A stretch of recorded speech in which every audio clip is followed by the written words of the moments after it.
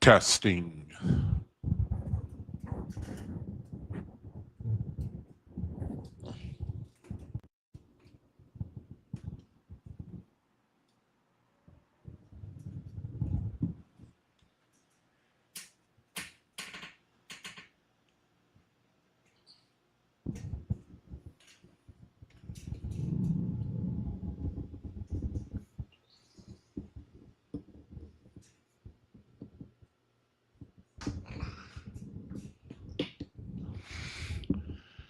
Testing, testing, testing. Testing, testing. Man, all this time I had this microphone. I didn't know that this is the way it's supposed to go.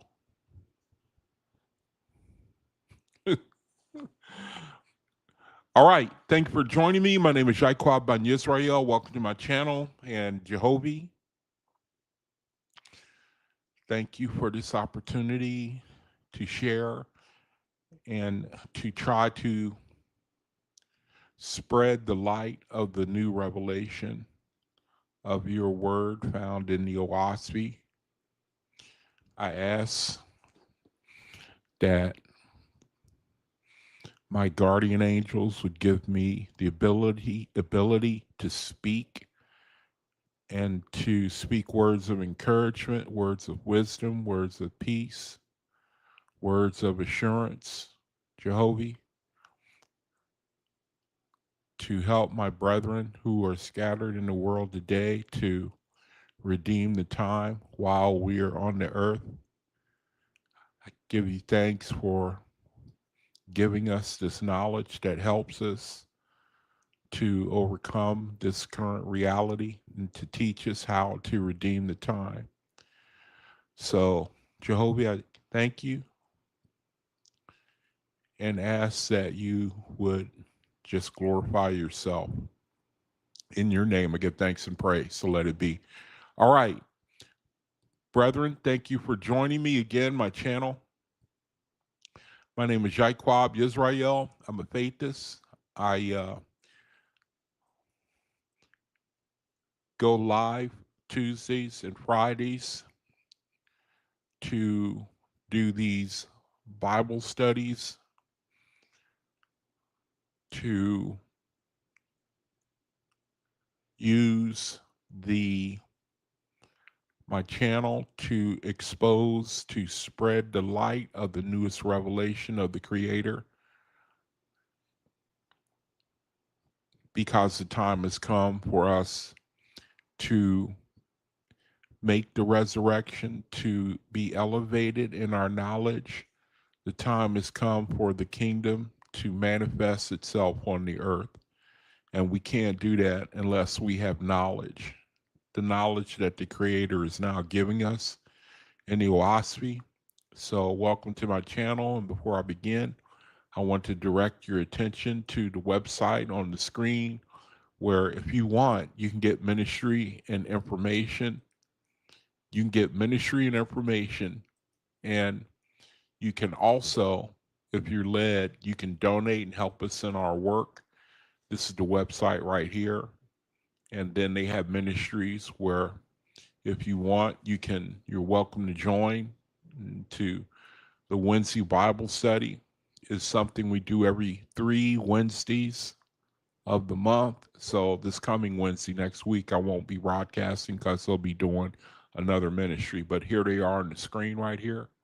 And then we have a creed. If anyone is new to the OAHSPE and you want to know what it's all about, then this is something that will help to guide you into understanding what we're all about. We are called faithists. The Creator says that we are called faithists. And this is a little summary of the things that we believe and try to live out. What is a faithist? A faithist, we have faith in all person and collective wisdom that is without gender. As faithists, we live by and follow these guidelines inspired by the OAHSPE Bible and the work of John Newbrough. We understand that supremacy exists only in a weak and fearful mind. We strive to do good works in the Creator's name. We respect others' opinions with understanding and openness, as long as their opinions do not diminish the dignity or free will of anyone. We're willing to accept differences from others with no bias. We treat others and ourselves with love and forgiveness. We are kind in our actions and our whole being. We give others the freedom we all deserve. It is easy to demand free will, but it is challenging to allow others to exercise their free will. We are able to admit our mistakes and take responsibility for our actions. With these guidelines in mind, it is easier to understand that the foundation of faithism is the study and pursuit of Amaranth and Ahiba. Amaranth means divine forgiveness, and Ahiba is unconditional love. For faithists, the cultivation of Amaranth and Ahiba are essential lessons on the path for soul growth. Many faithists adhere to a vegan diet to reduce suffering, but being vegan does not give anyone supremacy. All right, so that's like the little snapshot of what we are, what we believe, faithists. Now, if you're new to the OAHSPE and you want to learn what it's all about, and maybe you've read a little bit of it, here's a brethren who have a website where you can send them an email and they'll send you an OAHSPE big old encyclopedia like book. They'll send it to you for free. So here's the information right here. There's the highlighted link. You send them a request, email request. You'd like to have an OAHSPE, and they'll send it to you for free.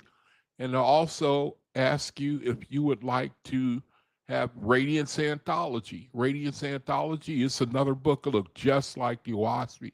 Big encyclopedia looking book full of angel messages. And whenever I share from Radiance Anthology in my room on Facebook, people, they really seem to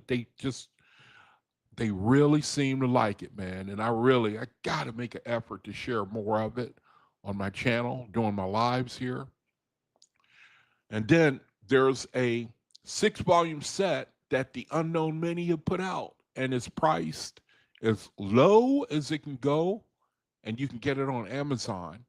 And if you maybe a little short, and you'd like to have a 6-volume set, which is a study guide, then you contact me in the link area, and I will send it to you for free. I just ask you don't take advantage of me. It's available on Amazon. Price as low as it can go. Unknown Many have put it out, and it's a supplement to the OAHSPE. Supplement to the OAHSPE to help you, to point you to places in the OAHSPE where you may want to go, where you may want to, the whole purpose of it is just to interest you in the OAHSPE. And then if you're ready for the light, if the creator if it's his intention to bring you in to start to make the resurrection while you're on the earth, then this will help you to go from, to initially to spark an interest in you. And then the creator in you will take it from there. The creator in you will take it from there. So that's that. Now, I'm going to try to, also want to direct your attention to the links in the video comment section of my video. I have some links there for other ministries and also for the books to prison ministry that I really am high on. I think that opportunity is just out of sight to be able to help to spread the light to those who are incarcerated. There's a link there. You click on the link, and then you can go to find each state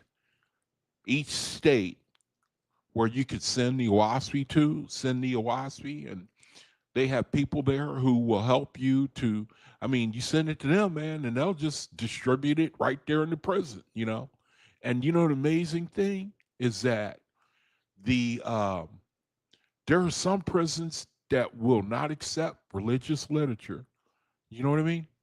It's like this kingdom we live in, this reality, there are institutions and places where the light is not allowed. Not allowed. One of the things that I talk about a lot on my video is the University of Arizona, man. They really bust my bubble, man.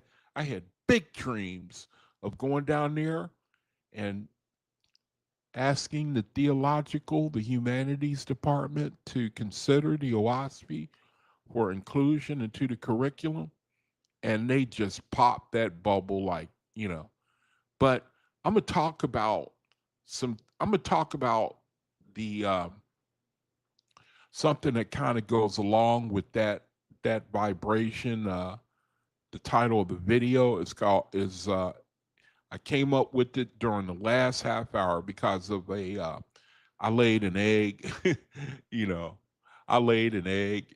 Um, um, Today or last week I laid an egg and it bore fruit today. I mean, some meaning when I say laid an egg, I'm talking about something negatively that happened and I had something to do with it. And I was thinking before I came on live to go ahead and do a video on it. It seemed like my mind was influencing me to talk about it and to to share about what happened and then to harmonize it or look at what the OAHSPE has to say about it. So I'm gonna go ahead and do that right now. At the if I get an opportunity, I'm going to also talk about. I'm going to continue on with the Gospel of Thomas translation according to the OAHSPE. So I don't know. I'm gonna go. I'll probably be all over the place since this is like a last minute study that I decided to do just within the last half hour. I felt heavily influenced to do the best I can to talk about this vibration that's in the world right now. I think that it's prevalent. It's very commonplace in the world, and so I just feel led to do it. It might resonate with brethren. I don't know. I hope it does. I hope that you can get something out of it. The title of the video is People Who Are Easily Offended, according to the OAHSPE. Now, I want to start off by saying this. The world has a low spiritual vibration. The world is under a low spiritual grade right now. And for those of you, this is a channel, let me remind you again, where I'm the type of brother where I believe the Creator wants me to testify according to my highest inner light. One thing I've learned about the OAHSPE is the Creator, He called you to elevate. He says that the Creator lives in each one of us. Each one of us is not the same. Faithists are brethren who are no different than anyone else. It's just that they have been called to begin their resurrection right now, while they're on the earth. And so I'm a type of brother where I'm just now learning how important individuality is. That is to grow into yourself, who you naturally are, using the OAHSPE as a template for how you set yourself in stone, in the sense that how you choose to grow in your spirit for eternity. The Creator, He gives us a template, the OAHSPE, and basically it's high morality. It's basically doing battle with the self. That's basically all the whole message of the OAHSPE. Not the whole message, but it's a major part of it. I'm a brother. I'm a faithist. I believe in the OAHSPE. I try to share according to my highest light, hoping that it resonates with other brethren, will help them in their journey. We're few in number. We're greatly outnumbered. And the Creator in us is so strong that we can overcome the world. I just find that absolutely fascinating, just fascinating how the Creator, like it says in Revelation 18, you know, come out of her. Faith is that's what we're doing right now. So I'm a brother. I love to try to shoot straight, man, which means to tell the truth as diplomatically as I can, not to try to offend anyone, but I try to be real on this channel. I try to be real. I try to take my life. I try to apply the OAHSPE to it, and I like to try to spit it out, hoping that someone can learn from it, can be encouraged from it. So These things I talk about, these things I share, they are really, I just try to trust the creator, man, to give it straight, to say it straight. And so this study is not going to be any different. Now, I had a situation, I laid an egg, what I'm talking, and that influenced me to do this video. Now, the situation was this. Now, I'm a handicapped brother. I'm in a power chair. Uh, I was in the military. I contracted lead poisoning, and it's bearing fruit in my body now. And so praise the Creator. Because it's His will. So I have home health care come by. They come by now 3 times a week. To try to. I'm making. The care I'm receiving now is pretty daggone good. It's like I'm making progress. And but now the doctor that I'm seeing is trying to speed it up. He's trying to speed it up, speed it up. He thinks he's found a solution as to why I have these wounds on the heels of my feet, and he's trying to close them.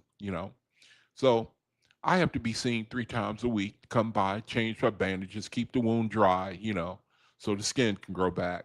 And so I have, since I've been down to Arizona, I've been having a lot of problems.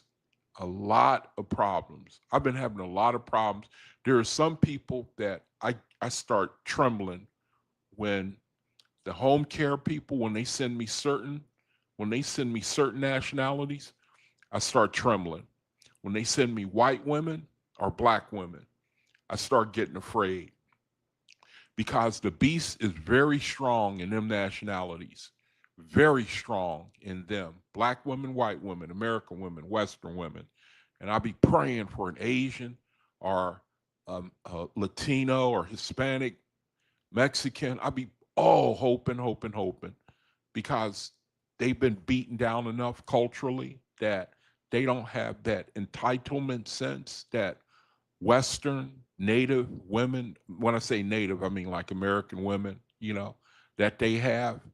And I'm speaking from experience. I'm not prejudiced. I ain't racist. I'm just like I said, I say it straight, man. And I try to avoid them when it comes to being in close quarters, like women coming into my house, because their beast is too strong. Too strong. I'm talking about the women in the world they are not, they are Uzians, they're unenlightened, not, their beast is too strong, and I do not like to deal with them in close contact. I like to keep them at arm's length, or anybody who has their beast in them. They don't have uh, they have little control over their beast vibration. And so anyway, the current home care company, I spoke a little bit about they sent this white lady over. She came over and she came in and sat down, and we were getting to know each other before she started care on me and everything. And we hit it right off the bat, man. I was the previous video where I talked about it. I said, she came in, she sat down, and we talked to each other like you would talk to somebody who you were hitting a joint with, just relax and just let it hang out. And then I come to find out she that she wasn't motivated to do a good job. She wasn't. I think that she even softened me up so that I wouldn't be as critical of her being as professional as she could be in hindsight. And so she started to care, the changing of my bandages and this and that. And I just let it go because I liked her so much. I just let it go. I let it go. I said, man, this is great. I had been having problems with other real touchy white women, who didn't want me to, I talked about 2 or 3 experiences I had that were incredible. You know, you wouldn't believe it. I'll spare you maybe another time. But her, I said, man, I'm so glad that she ain't giving me no trouble. I don't care what she do. I don't.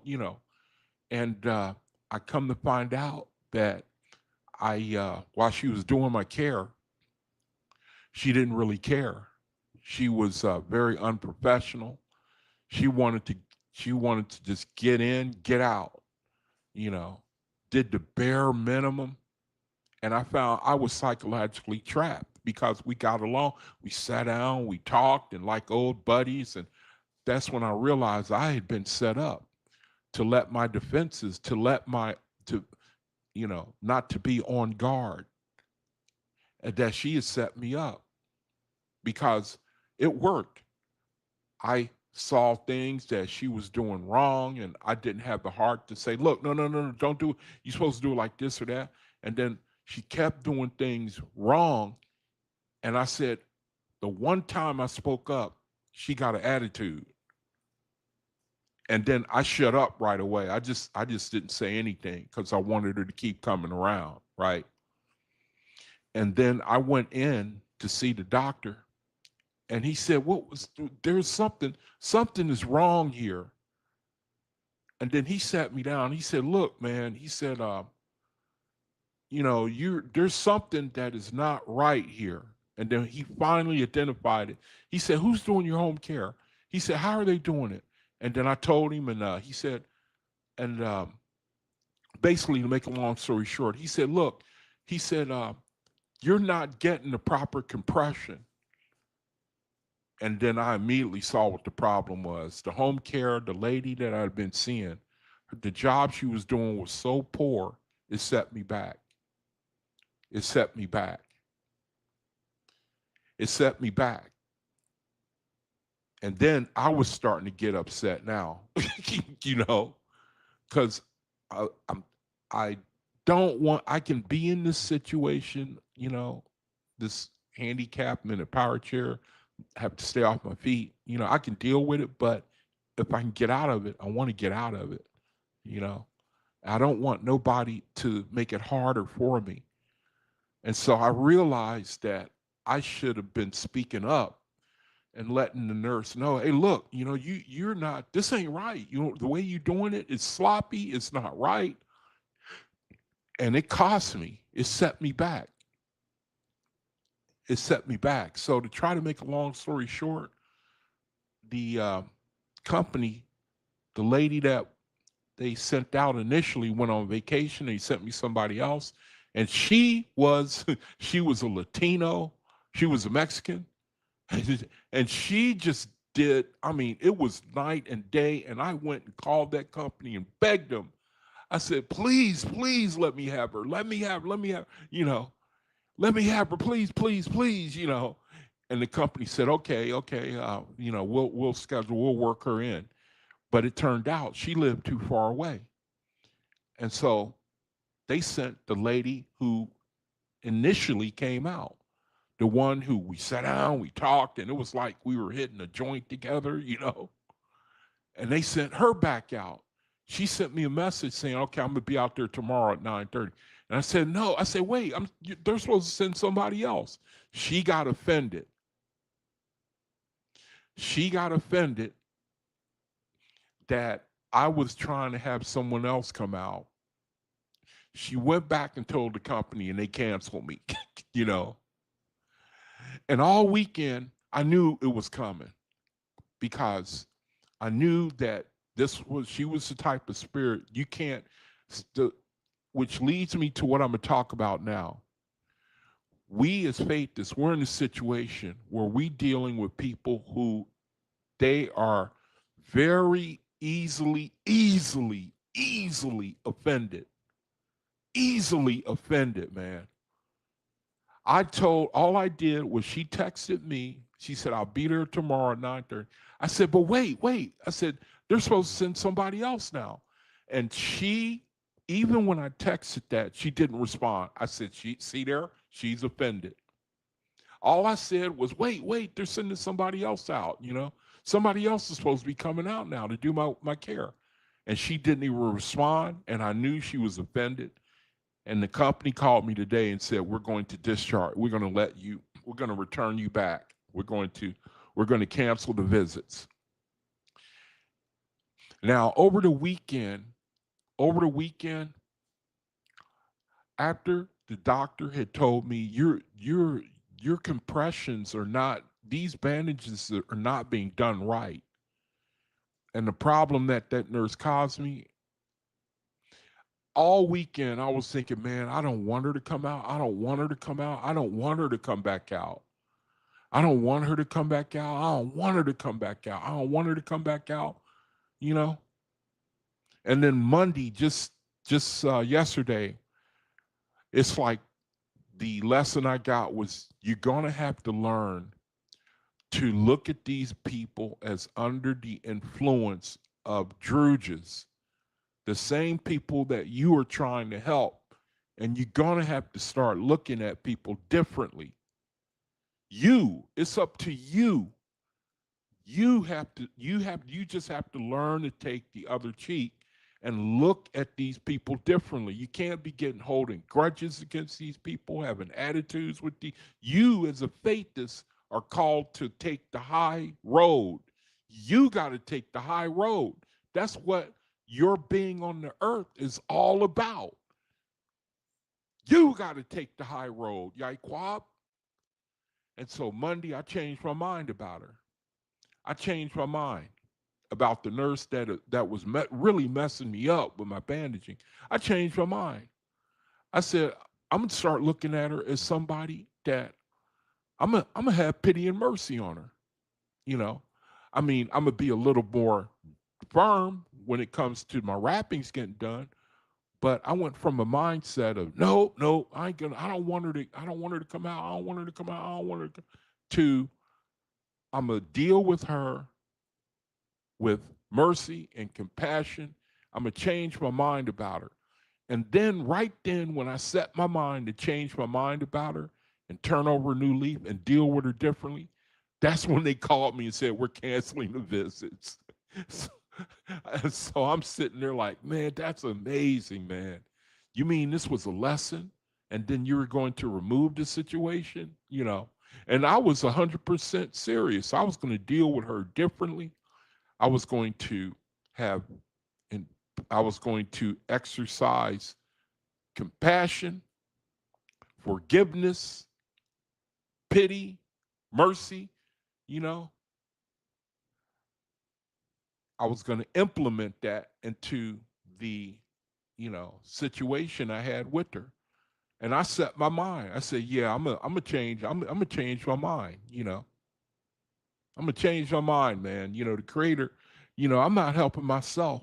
I'm lowering my grade when I return the same energy that she's given to me. How am I helping myself, man? And I know better than that.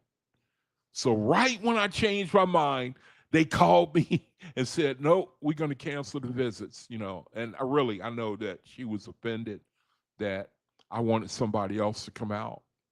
She was offended. And so I'm just sharing all that because that's just my own little reality.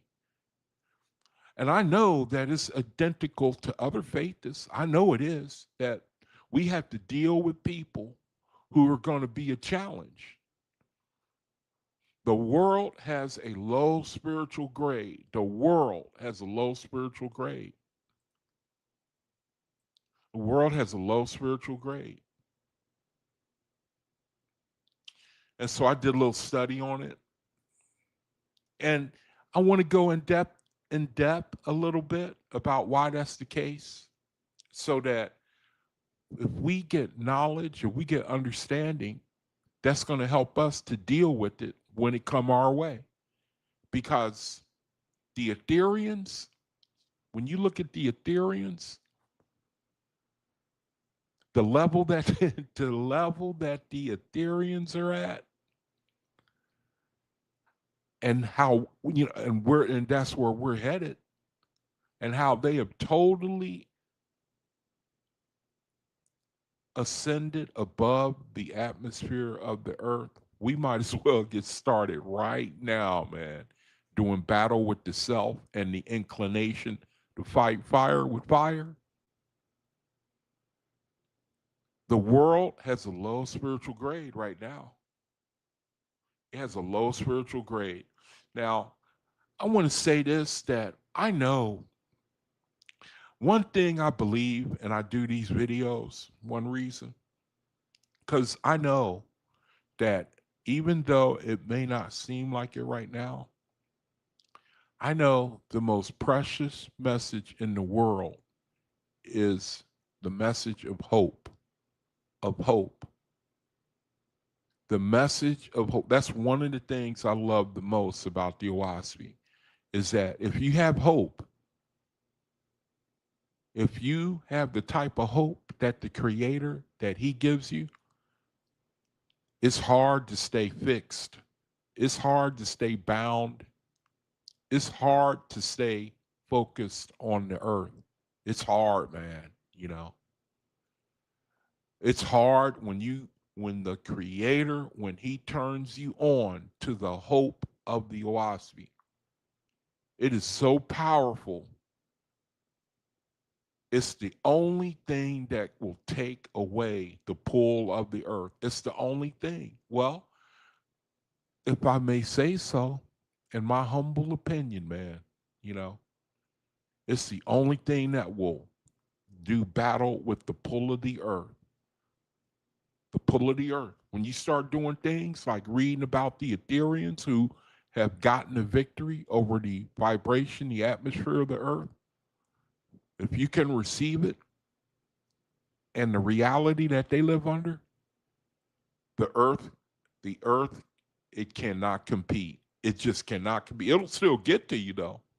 You know, it's, you know, it'll still get to you, but it cannot compete. It can't, it just can't compete, man. You know, and that's one thing that'll keep a brother, sister going. A lot of the stuff that we do is a lot of stuff that we do is really for future generations, laying the foundation. Now I've gotten away. I said a lot there. Let me get to what I got here for so far as I'm going to get to the about about people who are easily offended. First, I want to set it up by talking about the world has a low spiritual grade right now. It has a low spiritual grade. I don't think I'm saying anything new. That's where we are right now. We in the cosmic era. It's a new era. Light is always born in darkness. You know, you can equivocate. You can. It's the equivalent of childbirth. You know, the womb, and um, the fertilization, the egg, and the darkness of it all, and within that is a light born into a spirit that's hidden. And so we are in the same situation. We on the earth. It's a low spiritual grade, but faiths are being born. Nobody can see us. Nobody knows us. We're here. It's light being born in the darkness. Light being born in the darkness, even though they can see us physically and it's daytime, Yes, according to OAHSPE, this is accurate. That's an accurate statement. The world has a low spiritual grade right now. So I ask you to not automatically agree with what I'm going to be reading here, but to see if you can, if you, uh, when you're using AI, I like to caution not to just automatically receive it, but to be critical of it. And so I'm going to read and share and invite anybody to be critical. My aim is to encourage and to glorify the light, the creator, how he can give any wisdom that comes out of AI. Ultimately, it comes from the creator, you know. I think it's a tool for us to elevate and speed up our understanding. It's a great help if you have good intentions and you are very, you approach it with great circumspect. In the present cosmic era, the overall spiritual grade of the world, meaning both mortals and the lower heavens attached to the earth, is still relatively low. OAHSPE describes this condition clearly. Large numbers of people are still heavily influenced by residual darkness left over from previous cycles of false gods, wars, and self-serving religions. You see that word, residual darkness, meaning we're dealing with the after effects of the major false gods. It's like they started the fire. The fire's been put out in the sense that false gods have been judged, and we're dealing with the after effects. We're dealing with the remaining, the like when a fire is put out, when a fire is put out and the smoke after the fire, that's what we're dealing with right now. We in the cosmic era, the light is pressing down on the lower heavens, pressing down on the earth. And so it's kind of like something is being flushed out, it's being pressed down and before ultimately gets flushed out, starts in the lower heavens, comes down to the earth. The earth is like the final battleground. That's where we are right now. World is in darkness, great darkness, low spiritual grade. And so we are here. The Creator put us here and on the earth at this time, at a time when there is great, people. The Druges, the Uzians are under heavy darkness. Large numbers of people are still heavily influenced by the residual darkness left over from previous cycles of false gods, wars, self-serving religions. Many souls, both embodied and discarnate, remain bound to low-grade desires, self-preservation above all, contention, jealousy, materialism, and the love of dominion. And the love of dominion. And the love of dominion, low-grade desires, self-preservation, above all, contention, jealousy, materialism, love of dominion. The lower heavens are still crowded with spirits who have not yet risen into the second resurrection. So their influence continually presses downward on mortals. Remember? Essenes, younger spirits, they leave the earth, they go into the heavens. If they don't make the resurrection, if they didn't redeem the time while they're on earth, then the Druges that ruled over them while they were on earth, when they go into the spirit, then they turn right around and they become a Drugian spirit themselves, influencing mortals on earth. And so they have a steady pipeline. They have a steady pipe. Drugians in the lower heavens, as of right now, they still have a pipeline going from the earth to the heavens, and it's reciprocal, it's perpetual, but it's dwindling, it's diminishing. That's where we could take, that's where we can have hope. Faith this can have hope, man, you know. Always just remember it is diminishing. Remember that word. We're under residual darkness. That means leftover. It's no longer at its peak. It is dwindling. It's dwindling, man. You know, you can look at the world and you can see there's a great, great change that is taking root in the world. It's a great spirit. You know, I love to talk about the No Kings rallies. That's the spirit of, that's spiritual. That's people. The spirit is moving on the earth.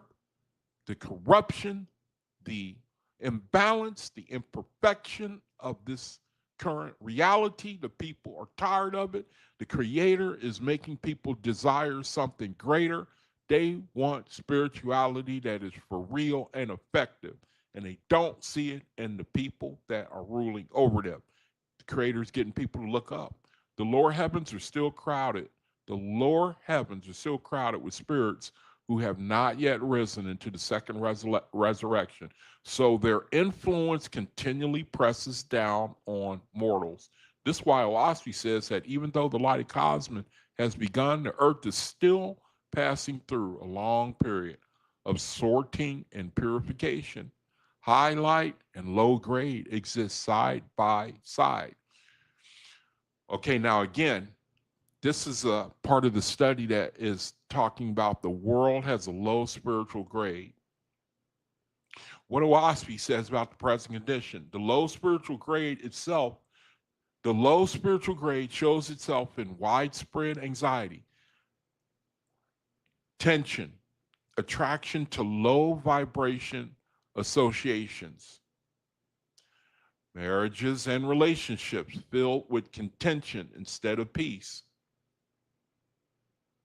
societies that try to suppress individuality rather than raise it.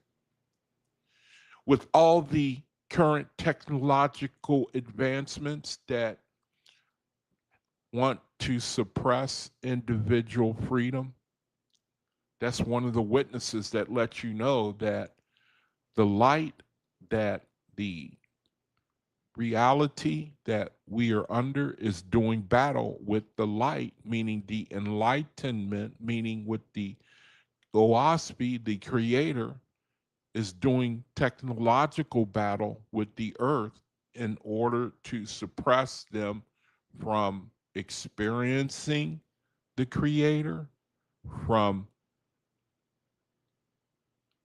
I'm looking for the word that means to tap in to their own spirituality. There are forces other than um, um, there there are technological forces, just like there are great technological advancements. There are great technological forces to keep the faithists from, to keep the light from spreading, from tapping into our, the creator within us, our inner light. There's a great move, a push to make people androgynous in a sense, meaning you cannot tell one from the other. We're, so this part of the darkness that we are currently experiencing, societies try to suppress our individuality rather than raise it. The beauty of people is that there are all these people you see in the world, and each of them have a unique gift to express the creator. And the residual, the remaining gods who are right now influencing the earth, you think they want that to come out? No, they want you for their kingdom. They want you. They want you. And that begins here on the earth. Either you rule over your druges or they rule over you. See, that's a serious situation, ain't it? Part of the reason for the low spiritual grade of the earth, continued worship of man-like gods, leaders, or systems instead of the ever-present Great Spirit, instead of the ever-present Great Spirit. Yet, OAHSPE is not pessimistic. It teaches that this low grade is temporary. Yeah. So see, that's one thing I wanted to also get into. I don't know if I'm gonna have time, where there's an account in OAHSPE where Fragapati is dealing with Hoab. Remember Hoab? He was over Zeredho of Kingdom in the lower heavens. And he had his people, and he held them in check. And there were those that got away from his kingdom, and they didn't like the strictness. They didn't like to talk about utilities, meaning do this, do that, and don't do this, don't do that. They didn't see no fun in it, and they wanted to have fun. The human spirit want to have fun, want to run, jump, play, And the creator realized that, and Fragapati, he was telling Hoab that false god, that when he was a false god, people need that. They don't need a bunch of, that word is utility. I was looking for that a couple of weeks ago. It's called utility, man. You always making people do the tighten up, man. You know, brother, you ought to stop. No, that was wrong, man. See, you didn't cross your I and dot your T, what is it? Dot your I and cross your T. That's called utility, man. That's called micromanaging, man. They didn't want that, you know. Where's the fun at, man? Where's the running and jumping at, man, in this heaven? No, man, that's all right. We're going back down to the earth where we can get with prostitutes and drunkards and gamblers, and no, we like it like that. Matter of fact, I think I got that account right here. I think I still got that account right here on the screen.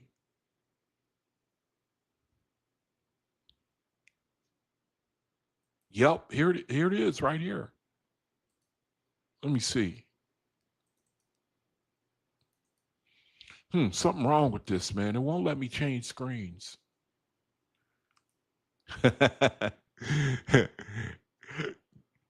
That's funny, man. Every time I try to go to OAHSPE, now, okay, there it is. No, don't show that. No, no, don't talk about that. No, no. Uh,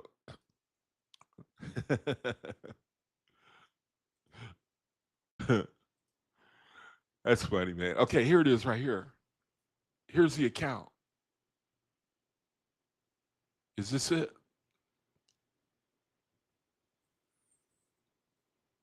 Where is it at? So here's the account of Frag Patty and Hoab, right?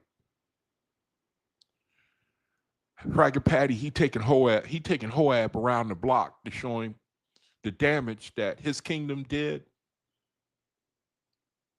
And what happens when you don't, when brethren, when spirits don't become enlightened, when they don't keep making a resurrection? There's a part that I'm looking for where he said, Frank and Patty took Hoab to this other plateau in the lower heavens so that they could talk to the spirits who had left Hoab's kingdom.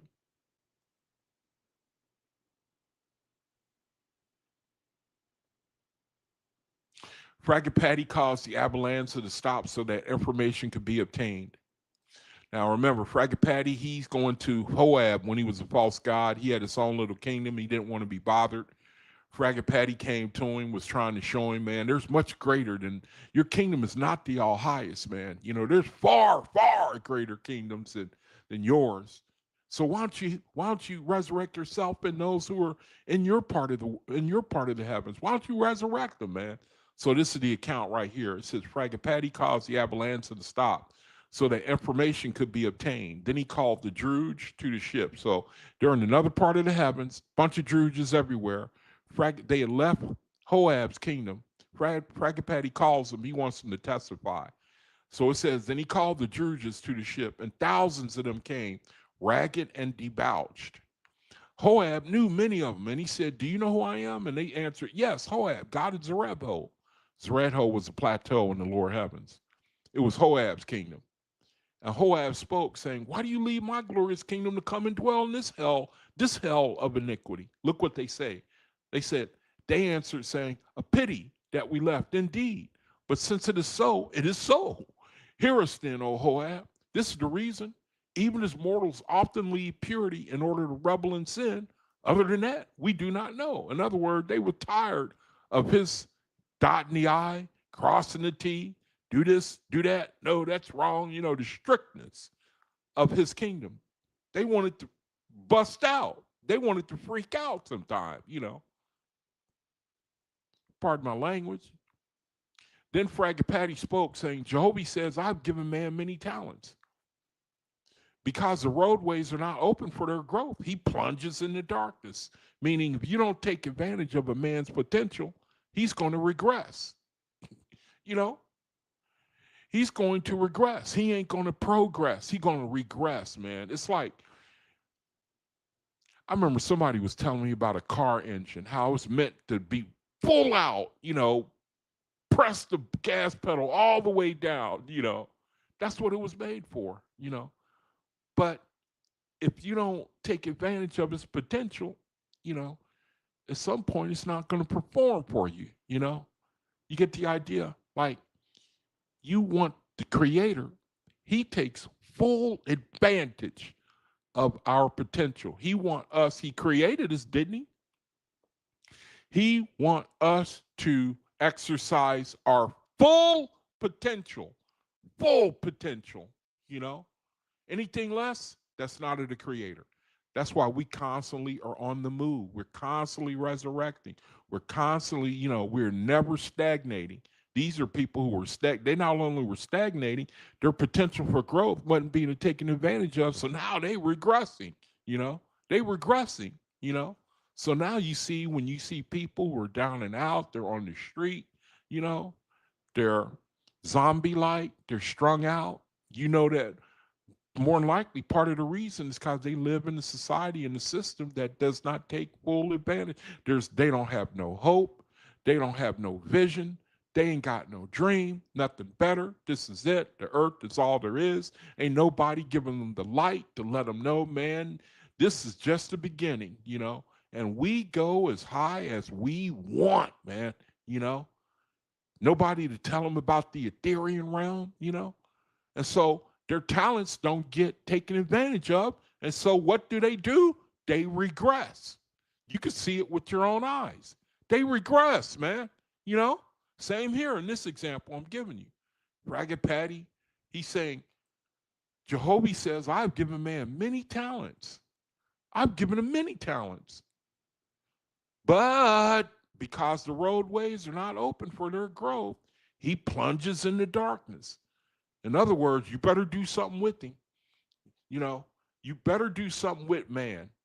You better lay it out how he is expected to use his full potential. And along with that, there's great joy and happiness. So it says, do not think that you can draw a line and say, oh man, you shall not do. See, there it is, utility. The same thing the Druids were complaining about, why they left Hoab's kingdom. Don't think that you could, Fraggle Patty says, don't think that you can draw a line and say, oh man, you shall not do this or you shall do that. Don't do that, man. You know, where you are powerless to hold him, whom I created to go forward. And if he does not find a way to go forward, he will turn and go backward. So the Druids said, yes, master. Zeredho, now the Druids are speaking up. So you got the picture, Fraggle Patty, he's standing there with Hoab, these people who used to belong to Hoab's kingdom, you know, now they say they backing up Fraggle Patty. Like, so look at what they say. They say, then the Drew just said, yes, master, Zeredho did not fill our souls. How do you like that? You see what you got to do to a spirit, to a human, to a mortal. We got to have our souls filled, man. And it ain't just utility. Do this, do that, commandments, you know, and walk that line and straight and narrow. And, you know, that ain't going to work, man. It's got to be more. It's got to be. That's why the Creator, he talked to us about he talked to us about the glory. He talked about glory on top of glory. Remember, I was telling y'all about the Ethereans? The Ethereans, you remember? Trying to give you an example. You know, what do I know, man? You know, any of us only know a fraction. You know what I'm saying? Remember, I was telling you about the Ethereum? They can pull a root beer vegan milkshake out of the elements. Out of the elements, man. You know, I can't think no higher than that. You know what I'm saying? I mean, you get the idea. They pull stuff out of the elements, man. You know, we down here, we got to eat corporean food. You know, you go and, you know, grocery store, you know, get your bag of, you know, pistachios and eat that, you know, some broccoli, you know, and some, you know what I mean? Brussels sprouts. And they got some pretty good vegan sausage too, you know. You know, plant food is pretty good, man. You know, I bet you I could put plant food in front of somebody. You know, you got the eggs. You know, they taste pretty good, man. You know, you can make a vegan burrito. You get my drift. You know, they pull that stuff out of the elements, man. You know, Ethereum want a vegan pizza, you pull it out of the elements, man. You know,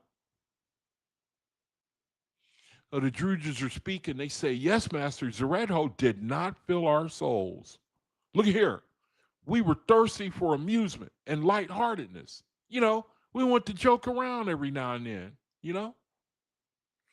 But we heard no voice but utility.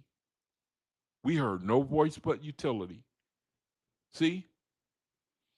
You can never hold the spirit, man. If you just all you talk to them about, do you know the you know the micromanaging of them, you know? Oh no, don't do this. Oh no, don't say that. Oh no, you know it's all work and no play, basically. We sheared off all ornament, diversion, and art, And finally, even music. So they got to the point, all they heard was, you can't have ornaments, you can't have diversion, you can't have art. And they finally thought they couldn't even have music, you know. We would gladly hear from Zaretho to find out if they had shut up about all that, you know. And perhaps to live because, in fact, utility is spoken. In other words, we got tired of all that talk, man. You know, you know, don't do this, do that. You know, no, you can't do. No, don't say that. No, don't do. You know, they got tired of that, man. You know, they left Red Hole. They went to some other plateau and they laughed and frolicked like idiots and fools, mingling with harlots, thieves, liars, and drunkards. They regressed. They went back. They went back to the flesh. So that's just it. Just goes back to how the um, the natural vibration of man, it tends to darkness, and man's efforts to improve on the creator, his best efforts, if he cannot, for one, fill the soul, then his efforts are always going to be in vain. His efforts are always going to be in vain. Yet OAHSPE is not pessimistic. It's not pessimistic. That's what Fragapati, he had to show Hoab. It's not all pessimism. It's not all utility. It teaches that low grade is temporary. The very fact that people are beginning to feel the pressure of residual forces coming back to our day, where we are right now, where they question old systems and seek higher individuality, is itself a sign that the light of cosmos is working. The remedy remains the same. Now, again, we're talking about the earth, the world. We are living in a low vibration situation on the earth right now. The creator, for those who will listen, for those who will come into the light, there's a solution. Learn, learn, learn what we have been given, man. And right now, it's the OAHSPE, the latest revelation from the creator, the only hope for mankind. The only hope. That's all we have right now. I'm sure there's other literature, things that we can learn, brethren there are brethren who are making additional books that harmonize with the OAHSPE to help us to live and make the resurrection, lay ourself down, learn to be self-abnegating, learn to redeem the time. There are brethren who are using their inner light to help us and writing it in books and sharing. Brethren, I mean, you know, we we can see where we live. Faith is you should. We can see where we live, man. You know, to redeem the time, man. You can't do any better than that. But until then, we in a situation, the earth is a very low grade. It's a very low grade. The flesh is very strong. What is the remedy? Strengthen your own individuality. Become convinced that the creator is, that he lives in you, that he's a part of us, and that we don't need external influences to help support who we are, to help us to confirm who we are. We can draw upon what the creator, our own inner light, according to knowledge and understanding. We can draw on our own inner light, man, you know. And we can strengthen our individuality, which causes us to stand all by ourselves in a world that's dark and is full of opposition. I'm telling you, man, the Ethereans, you know, the opposition of the world, who's strong enough to do that? A faithist is always going to be on an island, man. Might as well get used to it while we're here on the earth. And it's icing on the cake if you can have other faithists, if you can be connected with other faithists to help us on our journey, to talk to resonate with, that's icing on the cake right there, you know. But the creator, he's showing that what a faithist has, man, the knowledge that we have and the knowledge of the inner light, and that the voice that speaks to you, telling you what righteousness is, the leanings of the spirit that give you good thoughts, that give you joy, that give you direction, that remind you of what the OAHSPE is telling us, the template of the OAHSPE. That's the creator right there.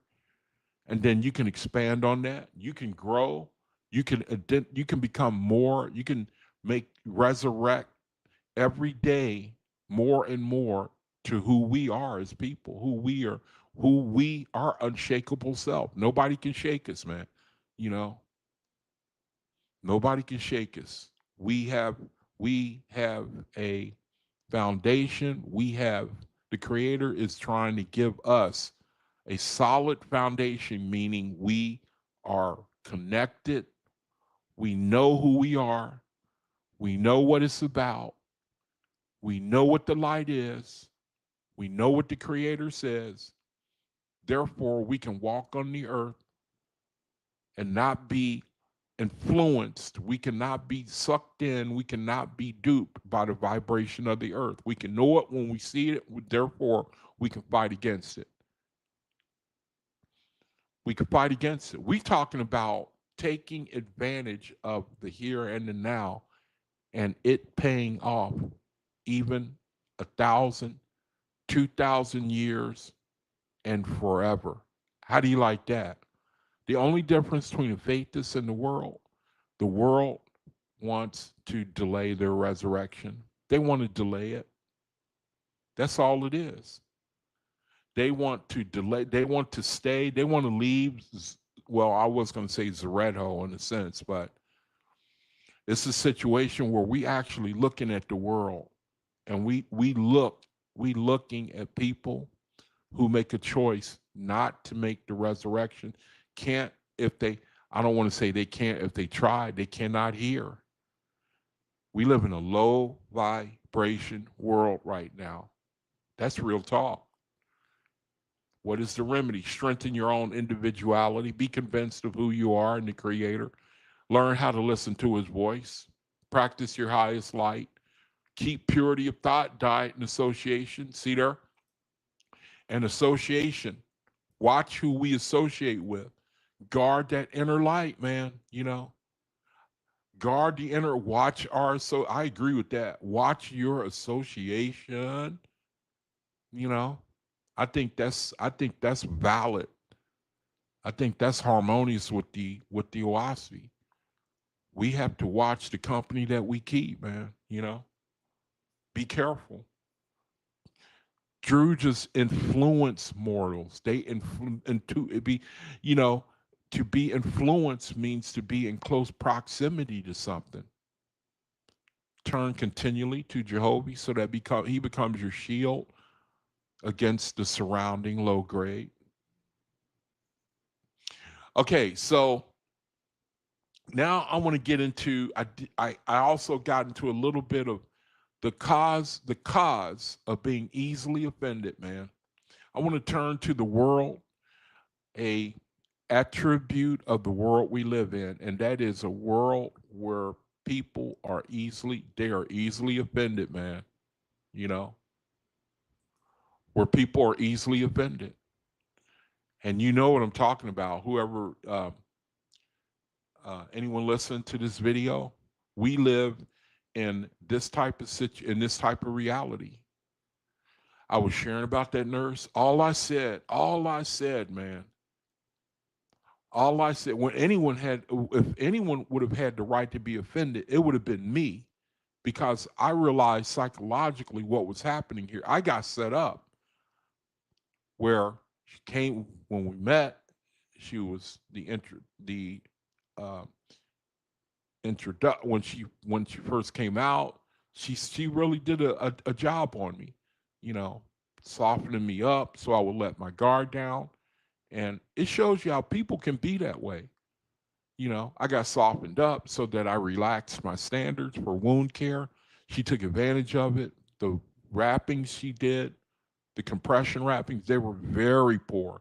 And that doctor warned me, said something was wrong.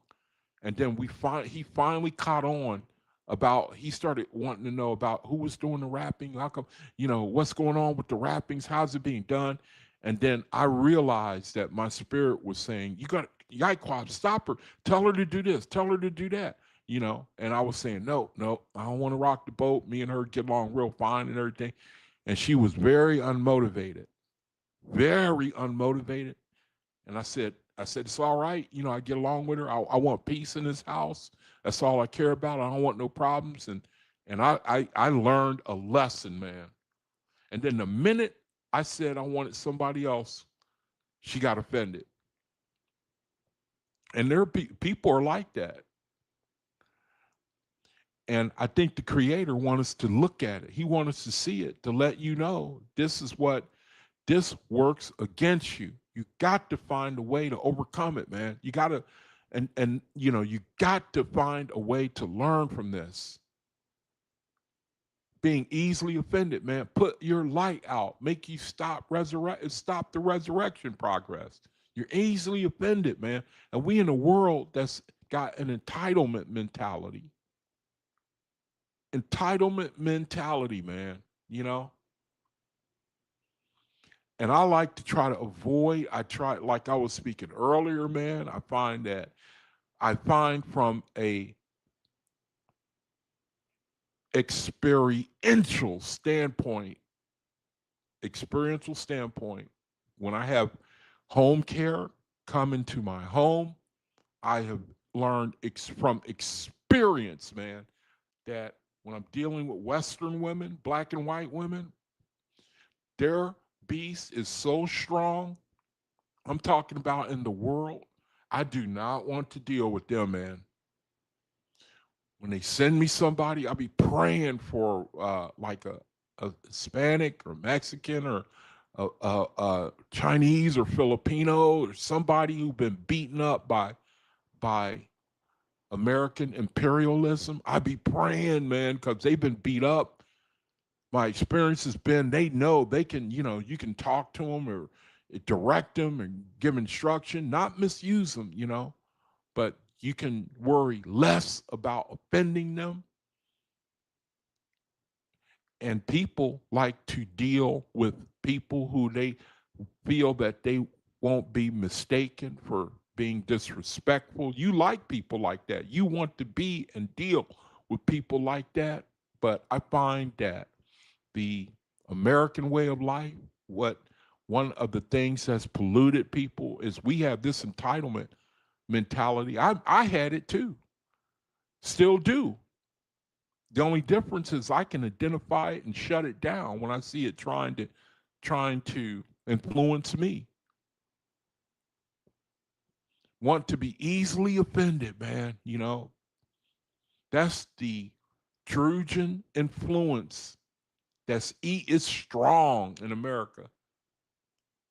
OAHSPE teaches that every person has two natures, the higher part that seeks Jehovah light and development of true individuality. See, when we grow, as we progress, as we grow, and we learn individuality, then it has less of an effect on us. You fate this? And so I'm not really complaining about that nurse and the nurses that, have given me a hard time. And we really need them. And I learned a lesson, man. I turned a corner. I must admit, I turned a corner, man. I really, truly turned a corner. At the time when I said, nope, I'm going to turn.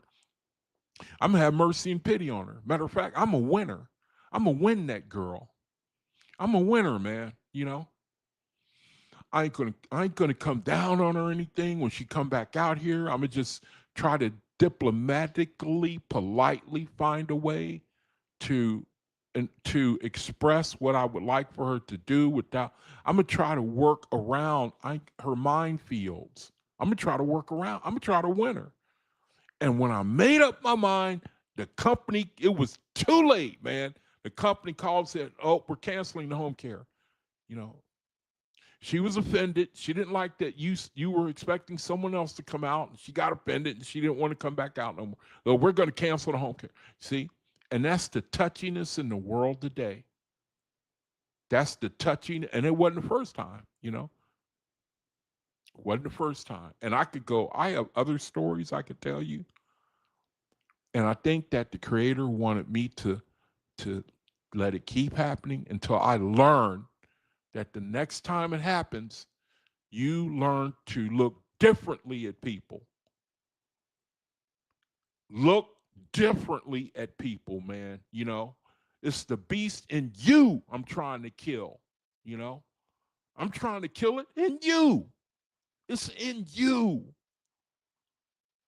You got the power to win them. You got the power, man.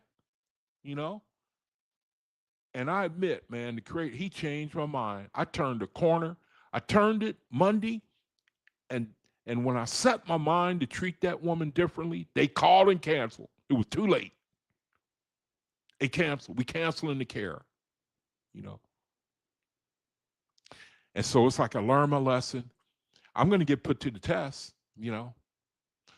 But when I set my heart, man, to deal differently, they called and canceled, you know. See? And I might not have thought that way if I hadn't been put in that situation. You see what I mean? I had to be put in that situation before I can repent, you know, and turn a different leaf, man. People require that. Faith is that's called making the resurrection. If we're gonna make the resurrection, you know, this is not, you know. OAHSPE teaches that every person has two natures. The higher part that seeks Jehovah, light in the development of true individuality. When we get to that Ethereum level, man, there's nothing that can trigger you. You can't be triggered no more. Can't nothing touch you, man. You know? You know? Can't nothing. Can you imagine the Ethereans, man? The Ethereans. And then you got the lower part called the beast or the self. That is focused on self-protection. You mean you want somebody, are you telling me she's better than me? Is that what are you trying to say that you found somebody better than? How dare you? You know? That's America right there. Self-protection, man. Their tolerance is only skin deep, man. It's skin. That's the beast. The beast is skin deep. Self-protection. You better not offend me, brother. Pride. Personal importance. And the sense of being separate from others. The beast self.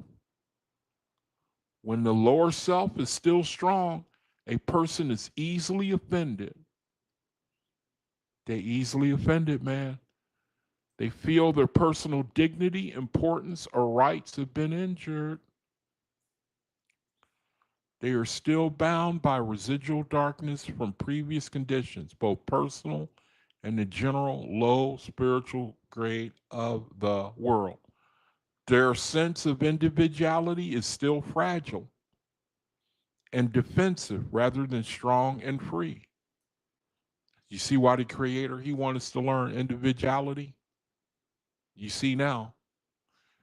You see how important it is, man, for he's the creator is teaching us to be, once we are convinced, man, that we mean well, we want to do right, we're in tune with the creator.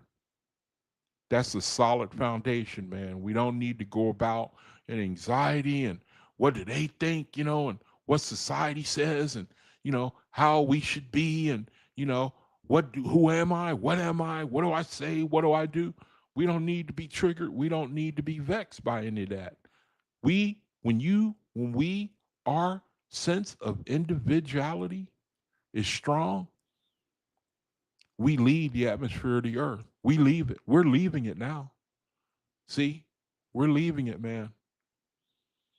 We want to leave the atmosphere of the earth. I know I sound kooky.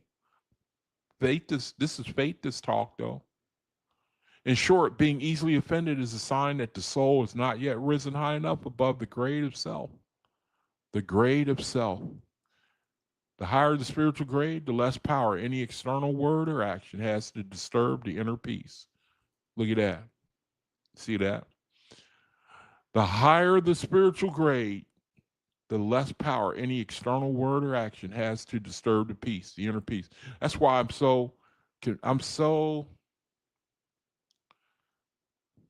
so eager, man, for the Books to Prison ministry. I'm so eager for that, man, because you got a bunch of spirits, man. They really put up a front. A lot of it for survival's sake, don't have no foundation, don't know anything about the light. Yet I'm convinced that when they turn, when a incarcerated spirit, man or woman, turns and they come into the light, man, there's no stronger witness. I just feel that in my spirit, man. That's why I'm just so focused and convinced, man. I just believe in those people. I believe in them, man. I've known people who've been incarcerated, just seeing their spirit. They don't want no BS. They can easily see BS in people. That's one thing about incarcerated people. They pick up on that fast, man. Whether you're full of BS, and they don't like it, man. The ones I've known, they do not like BS, man. That's what I love about them. How a low grade spiritual world connects to, okay, now that's something that it goes back to a study I was having with AI. Residual forces in the lower heavens continually press people towards self concern. You see that? That's the world we live in. That's the world we live in. Self concern. Lower the remaining gods, the residual gods of the lower heavens. They press people towards self concern. Lord God, Druges, they influence people. They impress upon people, make people focus on their own dignity, their own sensitivities, like it says here, to personal injury. They make people sensitive. You offended me, man. You offended me, man. People are real sensitive to that. It's all they got. All they got is their foundation, which is very fragile. That's why we in the world, man, and that has to be dissolved before we can come into the resurrection. That's got to be done away with. You cannot bring that vibration anywhere near Jehovah, man. You can't bring that carnality. We cannot bring that type of flesh, lower vibration to people do. The only thing is the Creator, He corrects that. We talk a lot about how He corrects that. And one of the main things He do, whether here on heaven or in earth, He wait you out. The Creator, He just wait you out, Either on heaven or in earth, man. He just wait you out, knowing that at some point you're going to get tired. You're going to get tired of not feeding your spirit. You block the light. You can't feed your spirit. You're going to get tired, man. Either on the earth or in heaven. You're going to get tired of the frustration of going in circles, and the Creator know it. And He just let them run themselves until they get tired. And you start desiring higher, greater realities. That's what it's all about. Contention, jealousy, and bitterness, the same things that break marriages, begin in this same place, a self that is still easily wounded. And that's why I wanted to talk about relationships. I don't know if I'll be able to get to it today. Gonna have to save it for another time. I wanted to also talk about relationships. Relationships. I wanted to speak on that a little bit. I might have time to get to it. Let's see if I can keep moving here. The remedy OAHSPE points to living in a world with low vibration. The cure is the same path we talked about before. Strengthen true individuality. When you lessen the effect of external vibrations on your individuality, you're making a resurrection. You're coming into you're more and more coming into a tune with Jehovah. Lessening, developing an immunity against external influences and vibrations meant to lower your spiritual grade. That's what it's all about. How do we do that? You strengthen your true individuality under Jehovah. You become more aligned. You become more unified. You become more harmonious with Jehovah. You become more convinced. You become more set in stone. You become more predisposed, focused, single-minded to Jehovah, rather than the defensive lower self. Rather than now, self focus is good if it's correct self focus, but then there's a negative self focus where you touchy. You're very on guard against the first thing you realize is that you were somebody offended you. You're quick to be angry, quick to want to lash out and get back, man. That's the whole world right there.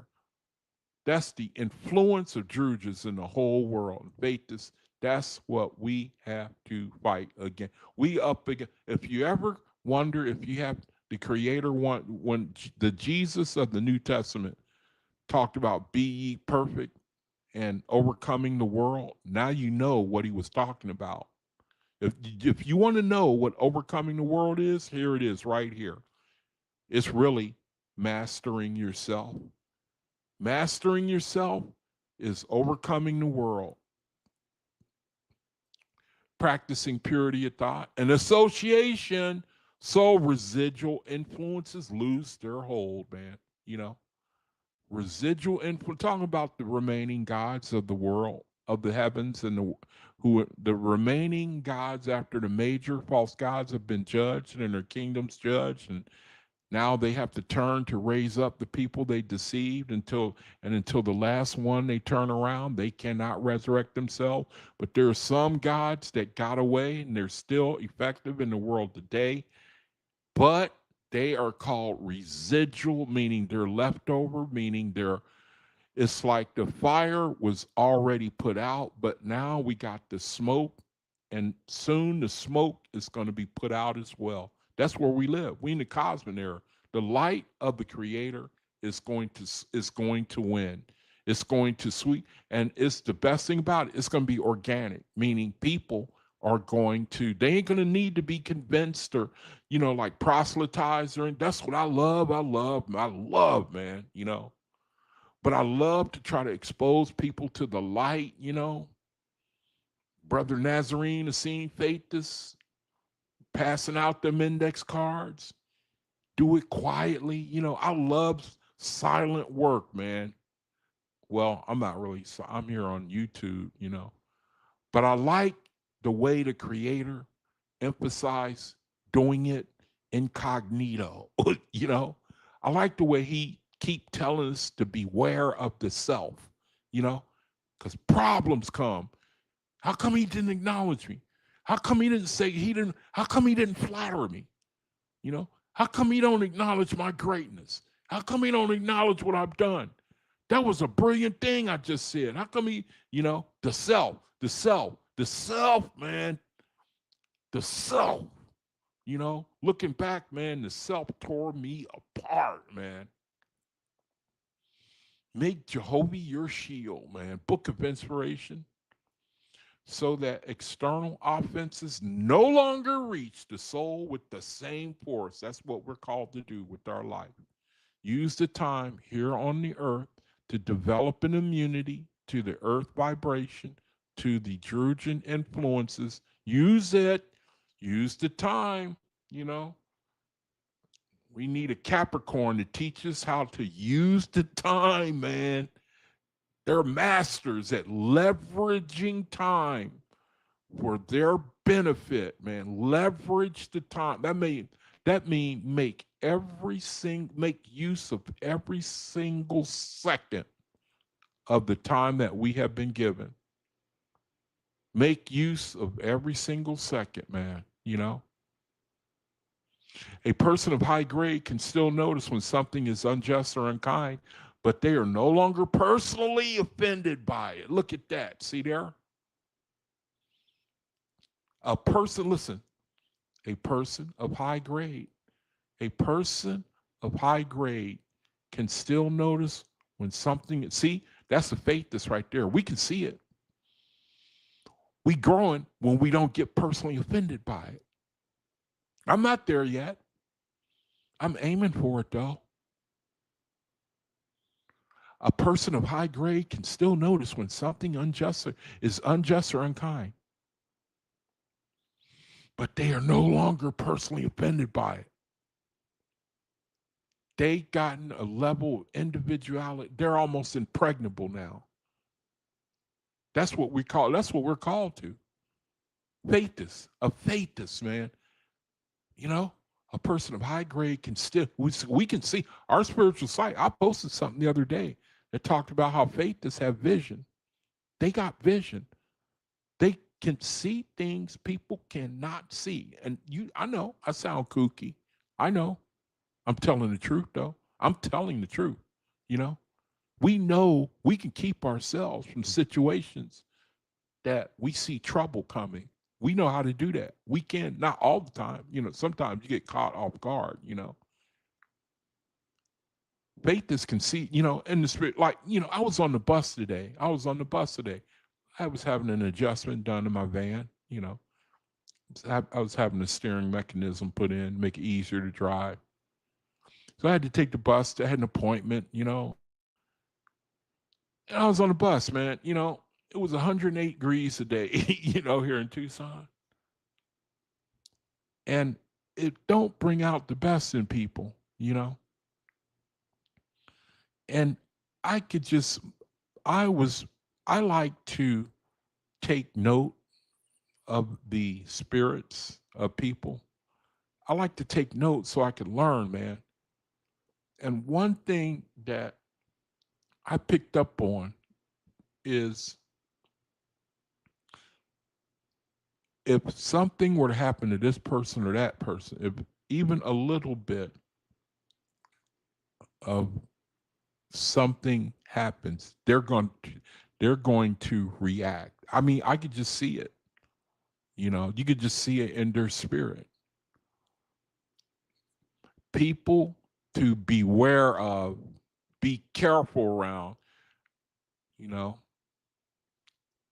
credit the Creator with helping me to be sensitive to that. Be sensitive. I think the faith is, I think learning about the OAHSPE is the type of sensitivity the Creator help us while we're here on the earth. He helps us with that. Now, this is a little something I talked about earlier about the Ethereans, man.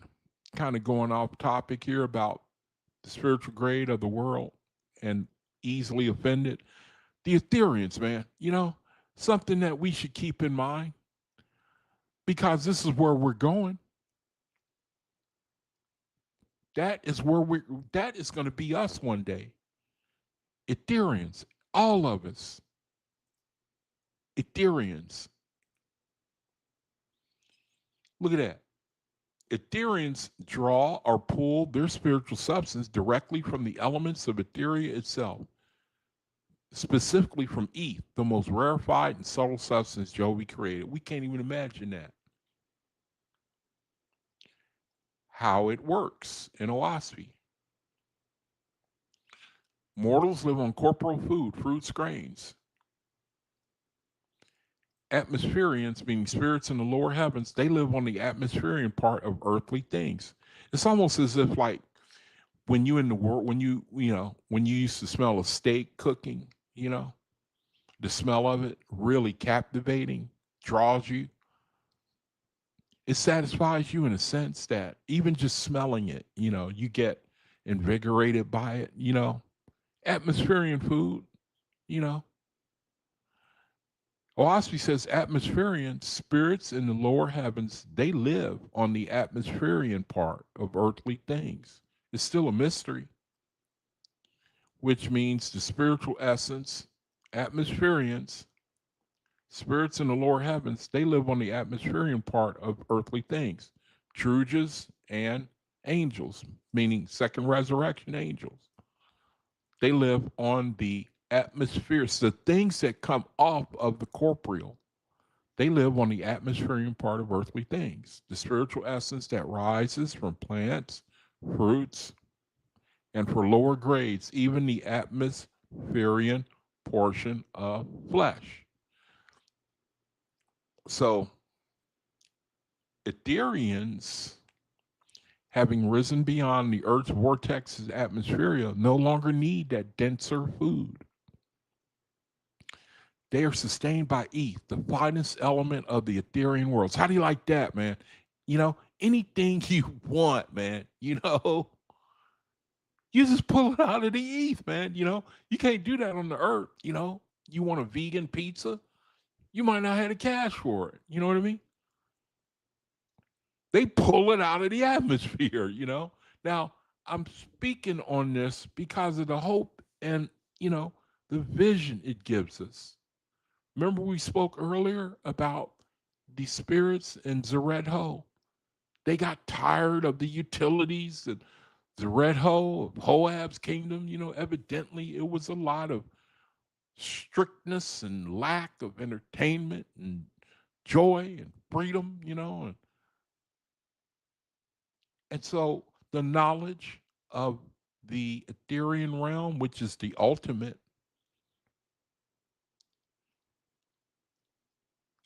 if we can comprehend, if we can have a good comprehend, even just that little knowledge alone is enough to not drag us, but to give us the ability to lay down, to greatly enhance our ability to lay down the flesh, lay it down, fight against it.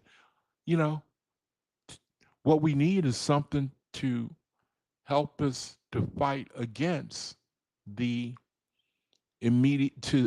fight against the vibrations, the vibrations of the earth that we have learned all our life.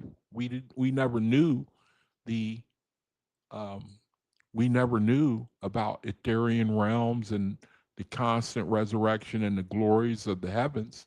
We've not been told. We never learned. Even the Bible falls short in trying to explain these things. The Creator is giving it to us now because we're going to need it in order to make the resurrection, to have that vision, that hope in mind. OAHSPE says that Jehovah created eth as the most rarefied substance, giving it power to penetrate and exist within all things.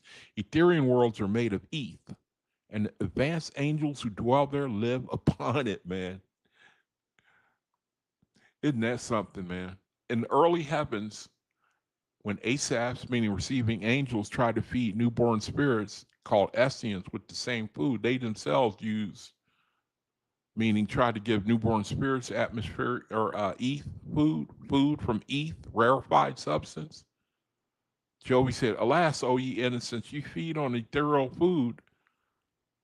These young spirits must have atmospherian food." This shows a clear distinction. Etherians already live on the higher ethereal eth substance, while newly arrived spirits still require the denser atmospheric food rising from the earth.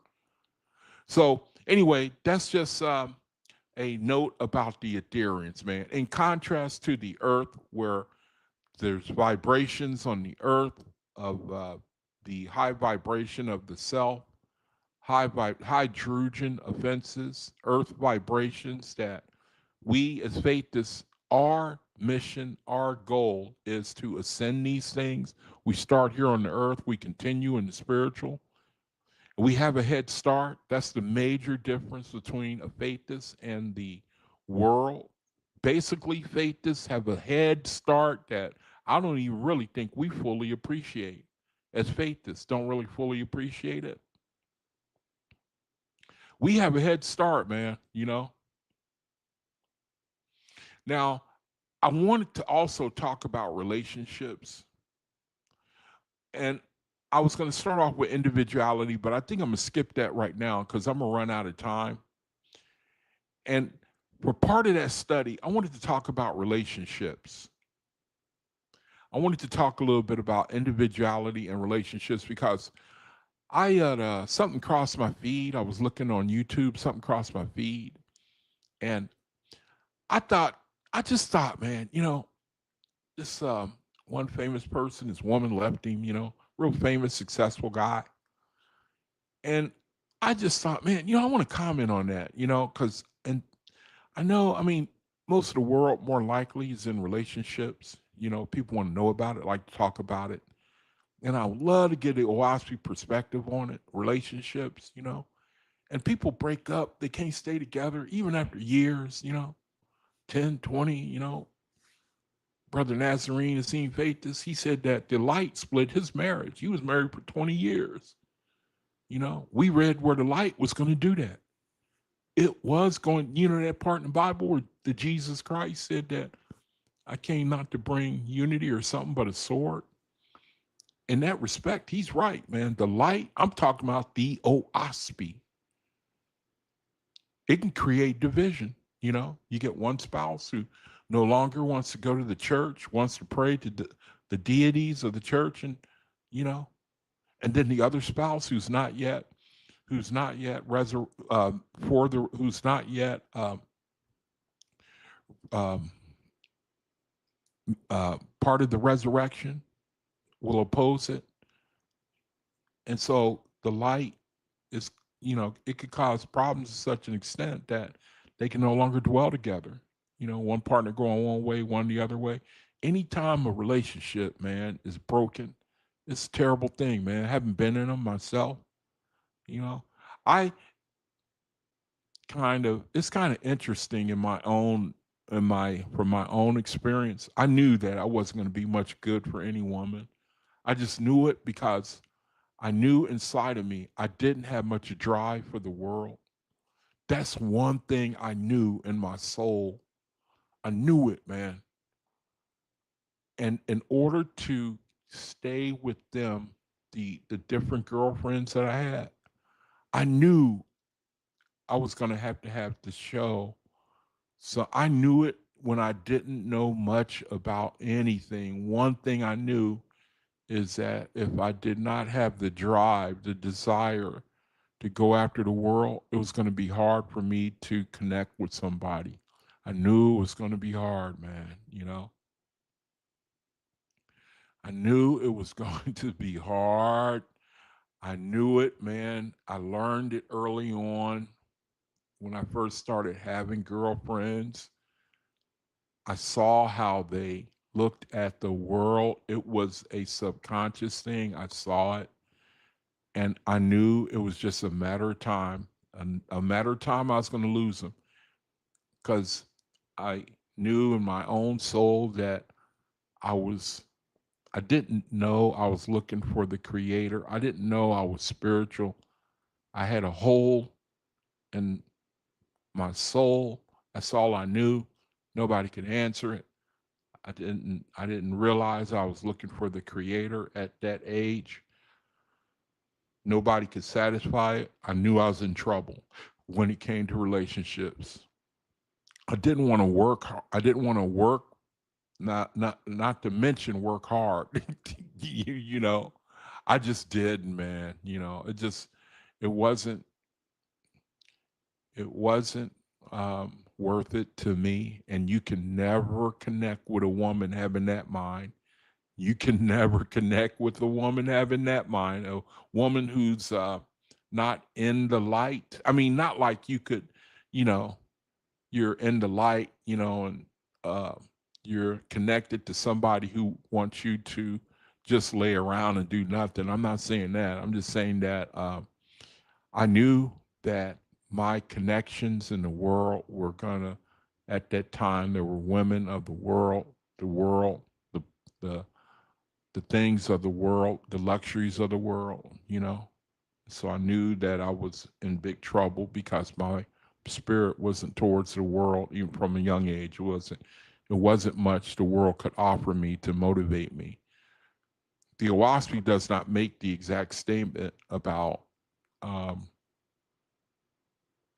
oh shoot, I forget the question that I asked it. Something about relationships. What OAHSPE actually teaches, and it was something about, I asked the question, something about individuality in relationships. I wanted to talk a little bit about individuality in relationships. Individuality. People, in the world, they don't connect. It seems to be a lot of separation, a lot of breaking up. And I think a faith that knows right off the bat, that when you're unequally yoked, and that's really the bottom line, why it's going to be hard for people to connect in the world. Because the OAHSPE, it called you to be selfless. It called you to be self-governing. And we live in a world where the self is very strong. And I remember sharing with y'all a story about Burt Reynolds. Y'all remember that story? Burt Reynolds. He was married to Lonnie Anderson. Burt Reynolds. He was famous for being real handsome guy. And then he married Lonnie Anderson, a very pretty, by worldly standards, woman. They were both, real pretty to look at by worldly standards, and they got married, and the world made people, it was big news, big deal made out of it. And then Burt Reynolds came out and said, "Man, that was the biggest mistake of my life, marrying a woman like that." He said, "That was the biggest mistake of my life, man." And they said, "Why?" He said, and he gave an example. He said one time he gave her a credit card. The credit card was for $40,000 and she maxed it out in 30 minutes. She maxed it out in 30 minutes, man. Now, I say that because it's a good, um, not to disparage women. There's, you know, both sides really, Uzian marriages, or let's say anti-Jehovian marriages that are not founded on Jehovah, or they have a very uphill climb from the start. I think faith, this is easy for them to see that. But he gave an example of how her vibration of the self is real strong. It was real strong in her, you know. It's both men and women. I want to be careful to say that the vibration of the self, even in marriages, you can see it's very strong in married people as well as any other relationship. Very strong. OAHSPE, when it talks about marriages, when it talks about relationships, first it addressed the husband. It addressed the subject of marriage. It said the husband shall be master of the house, but when he's not present, the wife shall be master. Now, this is something that was, it's not true today, really, which is interesting. Creator says that this was something that was necessary for that period of time. And I think this has to do, let me think. God's first book, right? Yeah, okay, there it is. 6,000 years ago, around the time of after the flood, I think, and then pre Moses.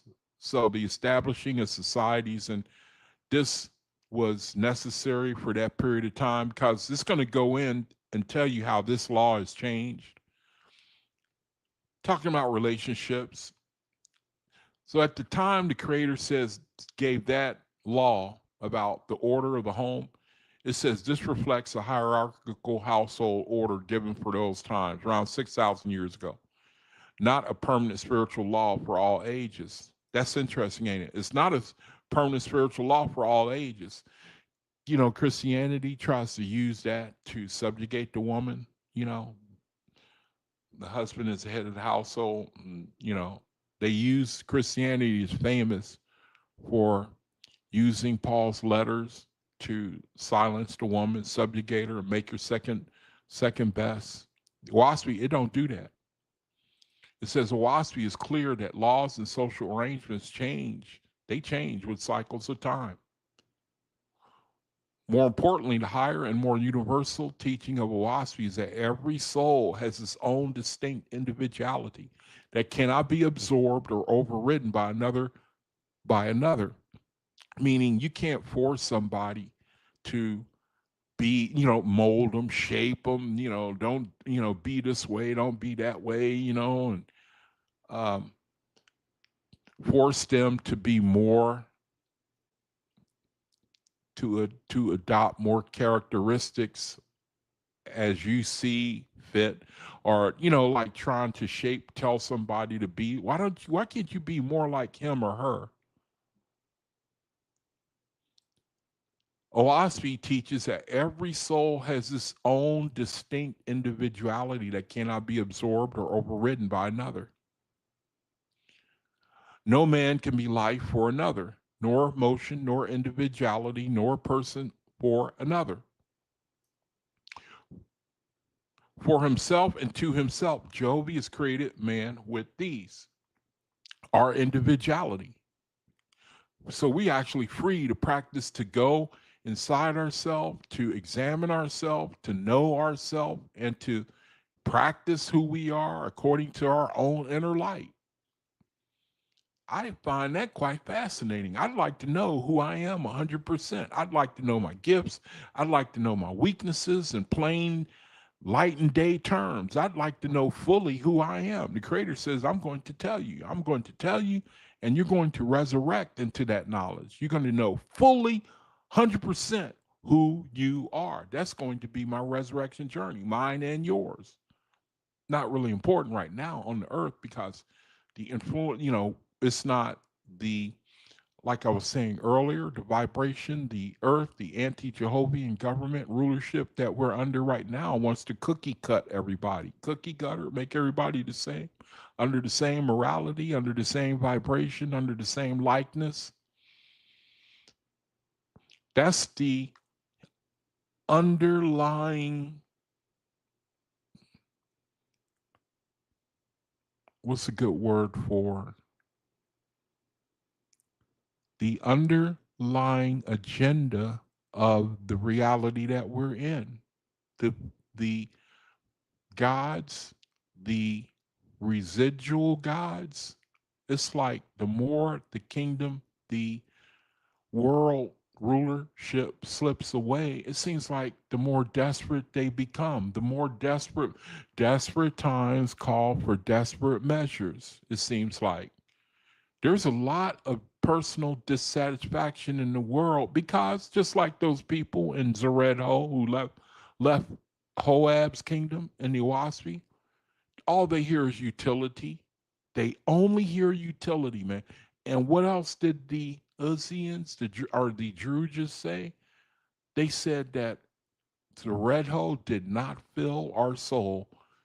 It did not fill our soul. So we're in a situation now where really that vibration is in the world.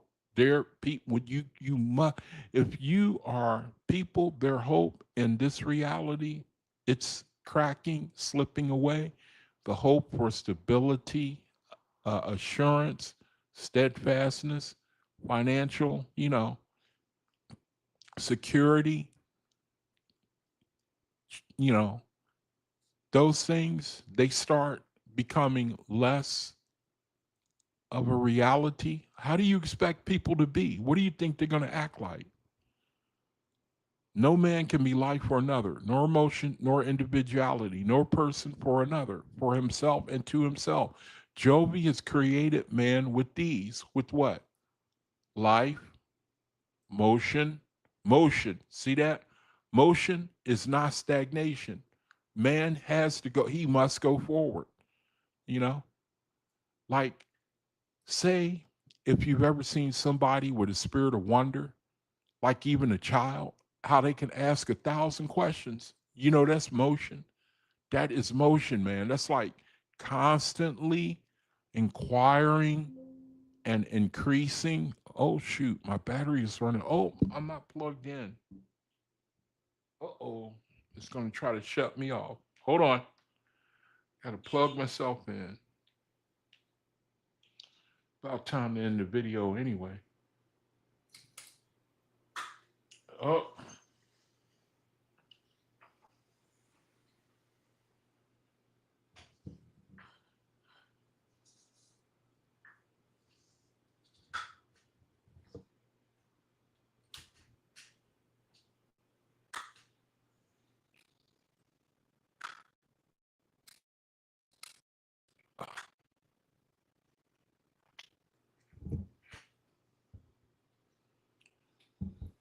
man, every time I turn around, I'm always something. All right. Plugged in the nick of time. So you look at a child, man, you know, their spirit of wonder, how they can ask 1,000 questions. That's like motion, you know, they're increasing their knowledge about this or that. That's like motion. That's like, it's not stagnation. That's a form of progression. That's what motion is, you know. Stagnation is standing still. You don't move. No man can be life for another, nor motion, nor individuality, man, nor person for another, for himself and to himself. Jehovah has created man with these. So, what do you think that the gods of this world are going to focus on? Blunting, stagnating these things, preventing people from filling their soul, making people stand still, making them fall in line, don't rock the boat, tradition, hold to tradition. That's why we witness in the cosmic era. We cannot go on like this. We can't go on like this, man. And you know that statement there, no man can be life for another, that make you think of Jesus Christ, don't it? You know how the Bible, it says that he that believeth not that Jesus Christ is the Son of God shall not be saved, or something like that. But here in OAHSPE, the creator, he says, no man can be life for another. Look at this. Nor motion, he goes further. Nor individuality. You mean your personality is all your own. To try to mimic somebody, copy somebody, that's contrary to how you were created to be. It's up to us to discover it and then to embellish it, to grow in it. Our individuality, by listening to the inner voice, the creator, listening to the inner voice and going in that direction. That's what I'm learning. That's what I'm learning, man. To help you turn away from the world, man. To help you turn away. The earth, it did its job. It took away that voice. It took away that sensitivity. And now the creator is giving it back to you. He's telling you, I'm right there in the stillness and the silence. You know, you stop yourself, you meditate, you apply what you have learned. This is the template. Follow that. And then my angels, they come along and influence you to do the rest. Nor person for another. No man can be life, motion, individuality, nor person for another. For himself and to himself, Jehovah has created man with these. This applies equally to women. A wife's soul is not meant to dissolve into or permanently subordinate itself to her husband's spirit. How do you like that? True spiritual progress requires each person to develop their own unique individuality toward Jehovah. How many relationships do you think can withstand this truth right here? Whenever it's like I've even seen it, man. The lack of the lack of freedom that women have when you're connected with certain men.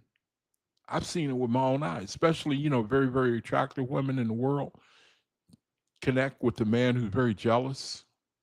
you know, wants to limit her freedom, wants to limit her individuality. And a lot of women, they well, I think that's the word, play along, they go along. They don't want to cause trouble in the situation. But when the situation is starting to turn sour, they exercise more freedom, and that just pours fire on the whole it pours fire on the situation. The husband or boyfriend, he feels he's losing control because she's expressing more of her individuality. He don't want it, and then the situation just turns into a forest fire. The creator, he says that a woman is not supposed to like men trying to, like we were saying earlier, it's not. We live in a reality where I don't know. I'm not personally involved with all marriages, you know what I mean? But I can certainly see how I've heard and read about men who try to control their wife, want them to be this way, act that way, or make her change some part of her character, or, that's what the creator is talking about here. Preventing her from expressing her individuality. A wife's soul is not meant to dissolve permanently, to dissolve into or permanently subordinate itself to her husband's spirit. True spiritual progress requires each person to develop their own unique individuality toward Jehovah. Like that saying, there's a saying, in the center, we all meet. And the template of the creator is where we teach, according to that template, we will mesh with one another. We'll mesh. We will mesh no matter what race, what nationality. When we are in alignment with the creator, it don't matter what tradition, background, race, tribe we come from. When we meet in the center, we are aligned with Jehovah. We will harmonize different races, different anything you want to. That's the whole, what we're seeing right here. Our own unique individuality, but we're aligned with the creator, and we are all aligned with each other. Okay, it's going to speak more on it. Alignment versus absorption. Alignment versus absorption. Talking about in a sense, each person's individuality, how we're called to explore and to increase our knowledge of who the creator he made us to be, without being. That's where you read about these, you know, magnetic preachers and motivational speakers.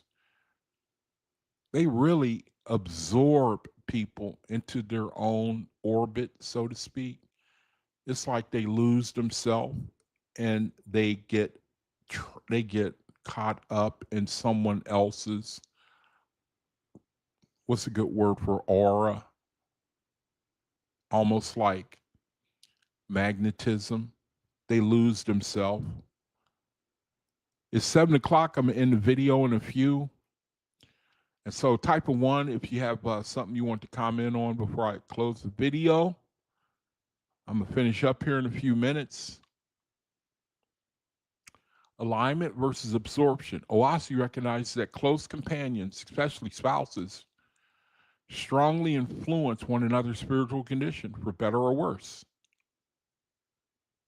Sensitive or pure souls can more easily pick up and resonate with the state of those they live with. This can look like aligning with their husband's spirit. That's pretty beautiful, ain't it? You can see that too. People, they get together and they mesh with one another. They pick up on one another. They mesh with one another. They adjust for one another. The creator, that's the creator working in the life of people who are in relationships, you know? The creator, it seems from what I could see, and I haven't been in a relationship for a while, but I do seem to recall, you know, the beauty of being in one, man, at least in the beginning, is a beautiful thing, man. You want to do right by them, you pay attention to them, you really focus on them. It's a terrible shame how that gets lost along the way because the flesh, it eventually creep in there. It creep in there, man, where you basically go for your own. You start your own interests start becoming more important. You lose that first love, man. Like in the Bible, many people, they lose their first love, man. What does that verse say, man? Y'all want to read it? Let's read it real quick. Let's see what the Bible. Thou hast lost thy first love. King James Version.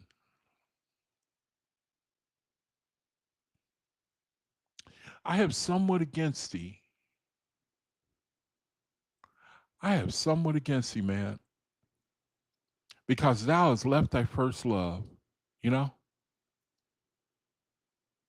that happens a lot, don't it? Especially in relationships, man. And when that happens, it's like things start falling apart and you can't keep it up. You know, I mean, correct me if I'm wrong, man, but the creator, he seems to offer the only solution, man. There are faiths who have been 30, 40 years, haven't lost their first love in the sense that they haven't turned. I mean, now someone will say, well, shoot, man, that's true for a lot of religions, and that may be true. For me, I can only speak according to the power of what I have learned in these only few years that I've known the OAHSPE. I've never experienced that. I've never experienced the the effects of what I'm learning. And so I think I can see that in people who have been faithful for a long time. That power that worked in them when they first came in is still fresh. It's still fresh, man. That's the light is so strong. It just it doesn't diminish over time. Now, I don't know. I could be wrong, but when you lose that first love, OAHSPE recognizes that close companions, especially spouses, they strongly influence one another spiritual condition. Oh, look at that. But for better or worse, somebody can influence the other to be worse, drag them down.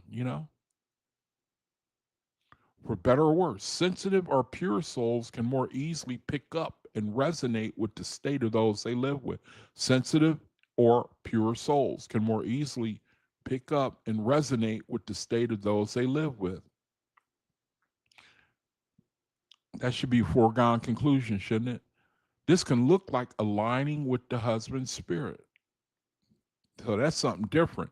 Rather than subjugating themselves, they are meshing and coming together. I think that's where the OAHSPE and the creator really strengthen that relationship because he's teaching them to not look to only just serve themselves, but to serve one another, serve others, brothers and sisters. It says, however, the text consistently warns against losing one's own grade or individuality in the process. The idea is mutual elevation. So you got an unequally yoked couple. Dangerous thing, man. One is so in love with the other that they let the other drag them down. You read about that a lot in the world. You got somebody, one of them break bad, the other one, instead of leaving, they follow. You know, they can't break with the person who breaking bad. OAHSPE, the creator, he warns the faithists to be careful about their spiritual grade. Protect that, man. Protect your inner peace, your inner light, man. We could be influenced. The idea is for both partners rising in purity, light, and service to Jehovah. So when you focus on Jehovah, you're no longer focusing on yourself. Now we both can work together. We can both work together. Now, I remember when I was younger, man, when I was a teenager and my first relationship with some girl, man, I was in hell. I was in hell. I was in hell, man. I was in hell. I was in a small town. She's one of the best looking girls in the small town, you know? And it got me in a lot of trouble, man, with other guys. It got me in a lot of trouble, man, because they were teaching her to focus on herself, you know, catering to her, you know, and I could not compete with that. And it was the worst thing, man. It was the worst. It was the worst, man. When you're connected with somebody and the newness of love is very powerful to you, you don't want to let it go, but you feel it slipping away, and there's not really much you can do. It is, I wouldn't wish that on my worst enemy, man. I even today, I still give thanks that I'm no longer in that situation. Even today, man, I give thanks. I give thanks, man, because of the anxiety of it all, the drama of it all. Oh, man, them pre adult years. Oh, man, oh, man. I still sometimes say, Jehovah, thank you. Thank you. Oh, I didn't think I was going to make it, but I made it. But the idea is for getting people to stop the self focus, man, and to work for a common good, which is to work for each other, man. Work for each other. Focus on trying to serve one another, and then you no longer become an idol to yourself, man. Not one person of either gender permanently lowering or dissolving their own spirit to match each other. So you don't subjugate yourself, but you to subjugate yourself to match somebody's spirit is not the will of the creator, but to merge is the will of the creator. You do that by focusing on a common goal, which is to follow to follow the inner light that leads to the creator that brings two people together to meet in the center. To meet in the center, man. Once you take away that self focus, once you take each side can take away that self focus, and I know it ain't easy, probably not easy. If the husband's spirit is lower or darker, OAHSPE's overall counsel would be the same as for any low association. Protect your own peace and purity, and do not remain in conditions that chronically pull you downward. As we discussed with anxiety, tension, and low vibration people. Now, that's something, I mean, you have to decide for yourself whether that's faithful to the OAHSPE. I think it is. I think that if someone is dragging, if they're, I don't know, that's a very touchy area right there. You talking about people who are unequally yoked, what they should do, they have to decide that for themselves. Now, if it were me, and I've done it before, if I don't have inner peace, I usually find that looking back at the relationships I was in, if my inner peace was disturbed, I was gone. I didn't know what was happening back then, but if our vibrations were off and you were disturbing my inner peace, I was gone. I was gone. And I picked up on if a girl, if her soul was in the world or if her soul was spiritual, by what she talked about. Even though I didn't hardly know anything about spirituality, I knew that I was spiritual. And if she was in the world, it would come out in our conversations. We couldn't connect. We could not connect. She couldn't add to me, and I couldn't add to her. We were opposites. She was in the world. She wasn't ready for spiritual, association. Neither, well, might have thought I was. I would have liked it to have been connected with somebody who our conversations happen to lead to spiritual things, even in our ignorance. But I sensed that I was with somebody who is in the world, and I knew I have no desire for the world. And I cannot be in a situation where I am going to be unhappy in my spirit in order to do something that satisfies you. But, just like with anybody, I wouldn't stay in that situation, is what I'm saying. I just can't do it. I would not do it, man. I have to protect that part of me. I think the Creator, I believe that He says the same thing. It's hard to, you know,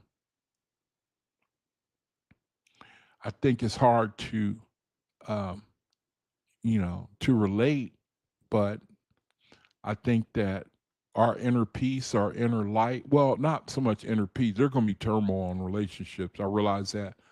But I think that if our inner light stands a chance of getting put out, you know what I mean? Is that cool? In the cosmic era, the present time, according to OAHSPE, the emphasis shifts strongly toward individual responsibility, equality and spiritual potential, and rising together through good works rather than hierarchical merging. Why do people break up, according to OAHSPE? The number one reason marriages break up is the lack of true spiritual peace between the partners. Whether that's true or not, you have to decide. Specifically, the presence of contention, jealousy, and bitterness of heart. In the book of Jehovah's Kingdom on Earth, it describes the state of marriage among the world's people is this way. And whoever married, peace did not come to them, but contention, jealousy, and bitterness of heart. I need to read that to get the full context. I need to read that. Don't have time right now. It said, and husbands and wives cried out for divorce on all hands. That's in the book of Jehovah's Kingdom on Earth, chapter 39. This is presented as the dominant pattern that causes marriages to fail. OAHSPE ties it back to the same core principles we discussed throughout our conversation. People marry while still ruled by the lower self. Selfishness, unresolved darkness, residual low-grade influences. They have not developed sufficient individual purity and alignment with Jehovah.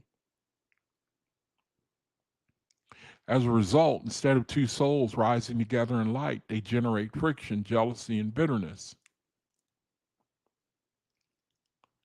In short, OAHSPE would say that the primary reason marriages break is that the two people are not living in peace and higher light that true spiritual partnership requires. Without that inner harmony, man, contention naturally arises and eventually destroys the union. So that's a study on relationships and the spiritual grade of the world in a nutshell. Very, very interesting.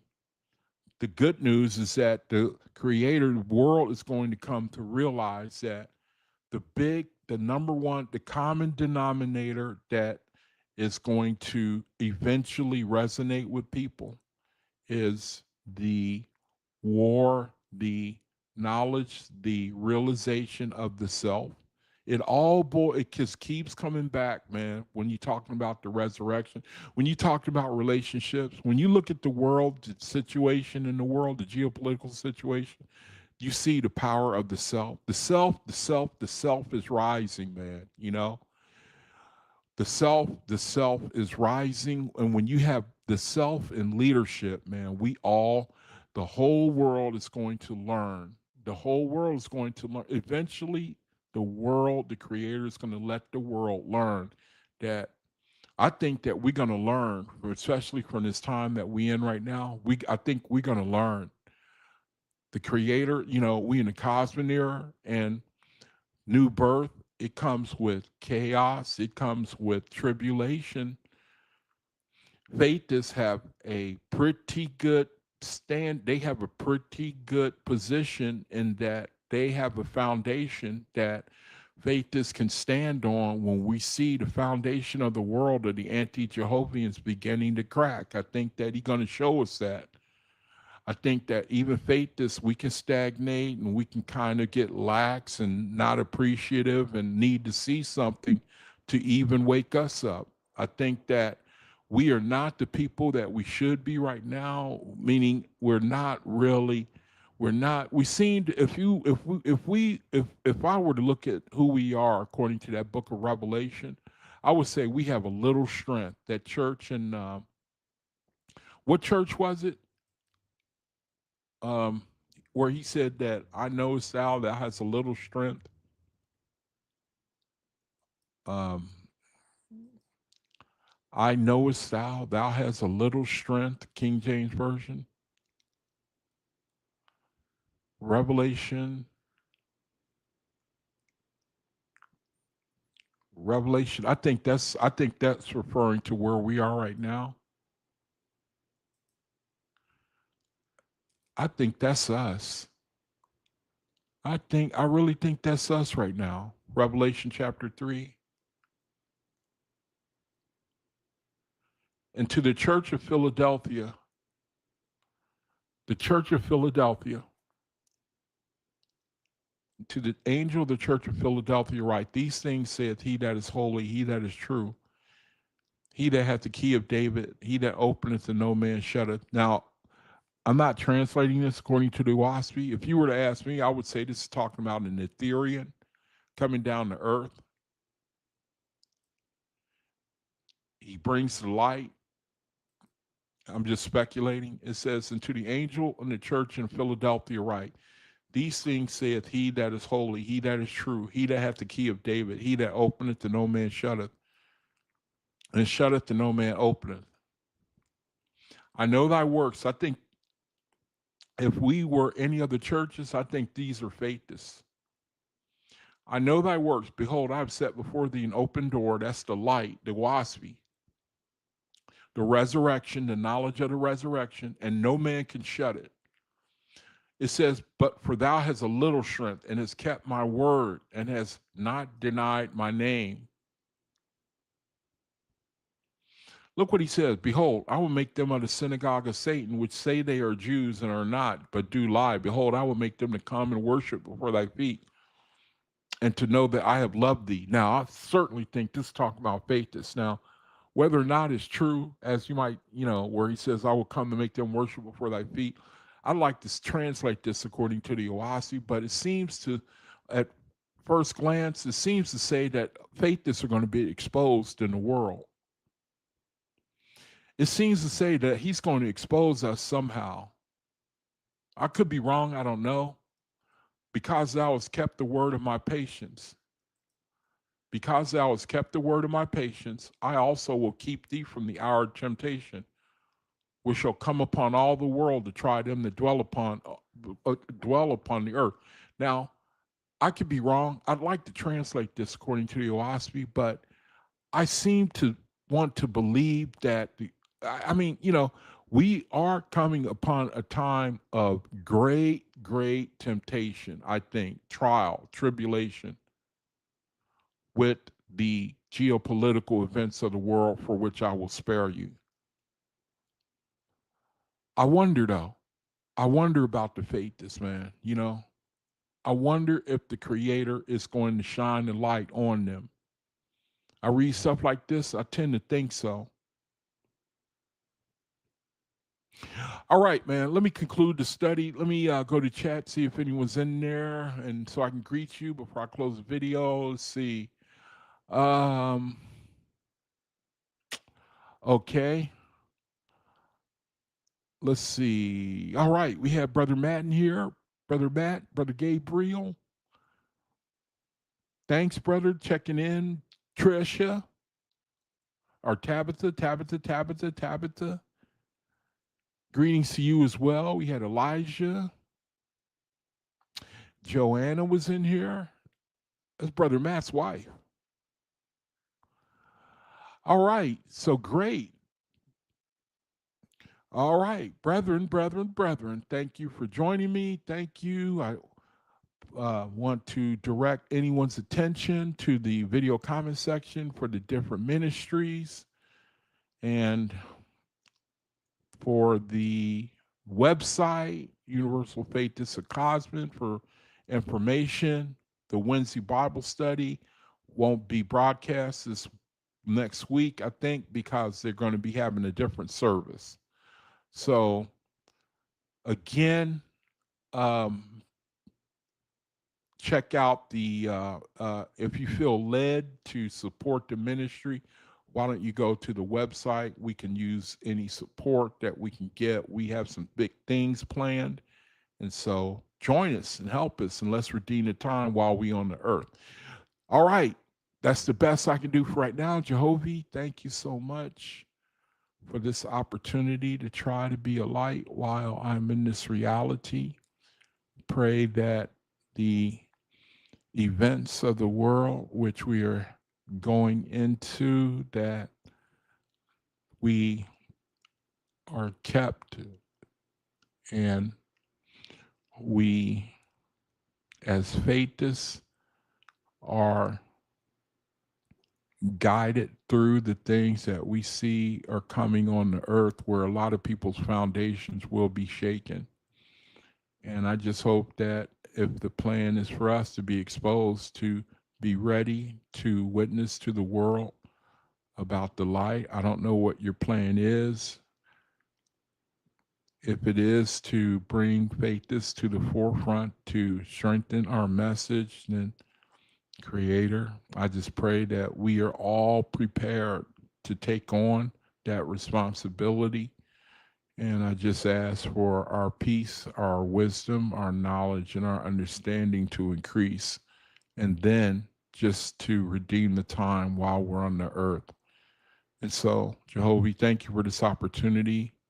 In your name, so let it be. And brethren, thank you for joining me. And until I see you again, peace be unto you and shalom.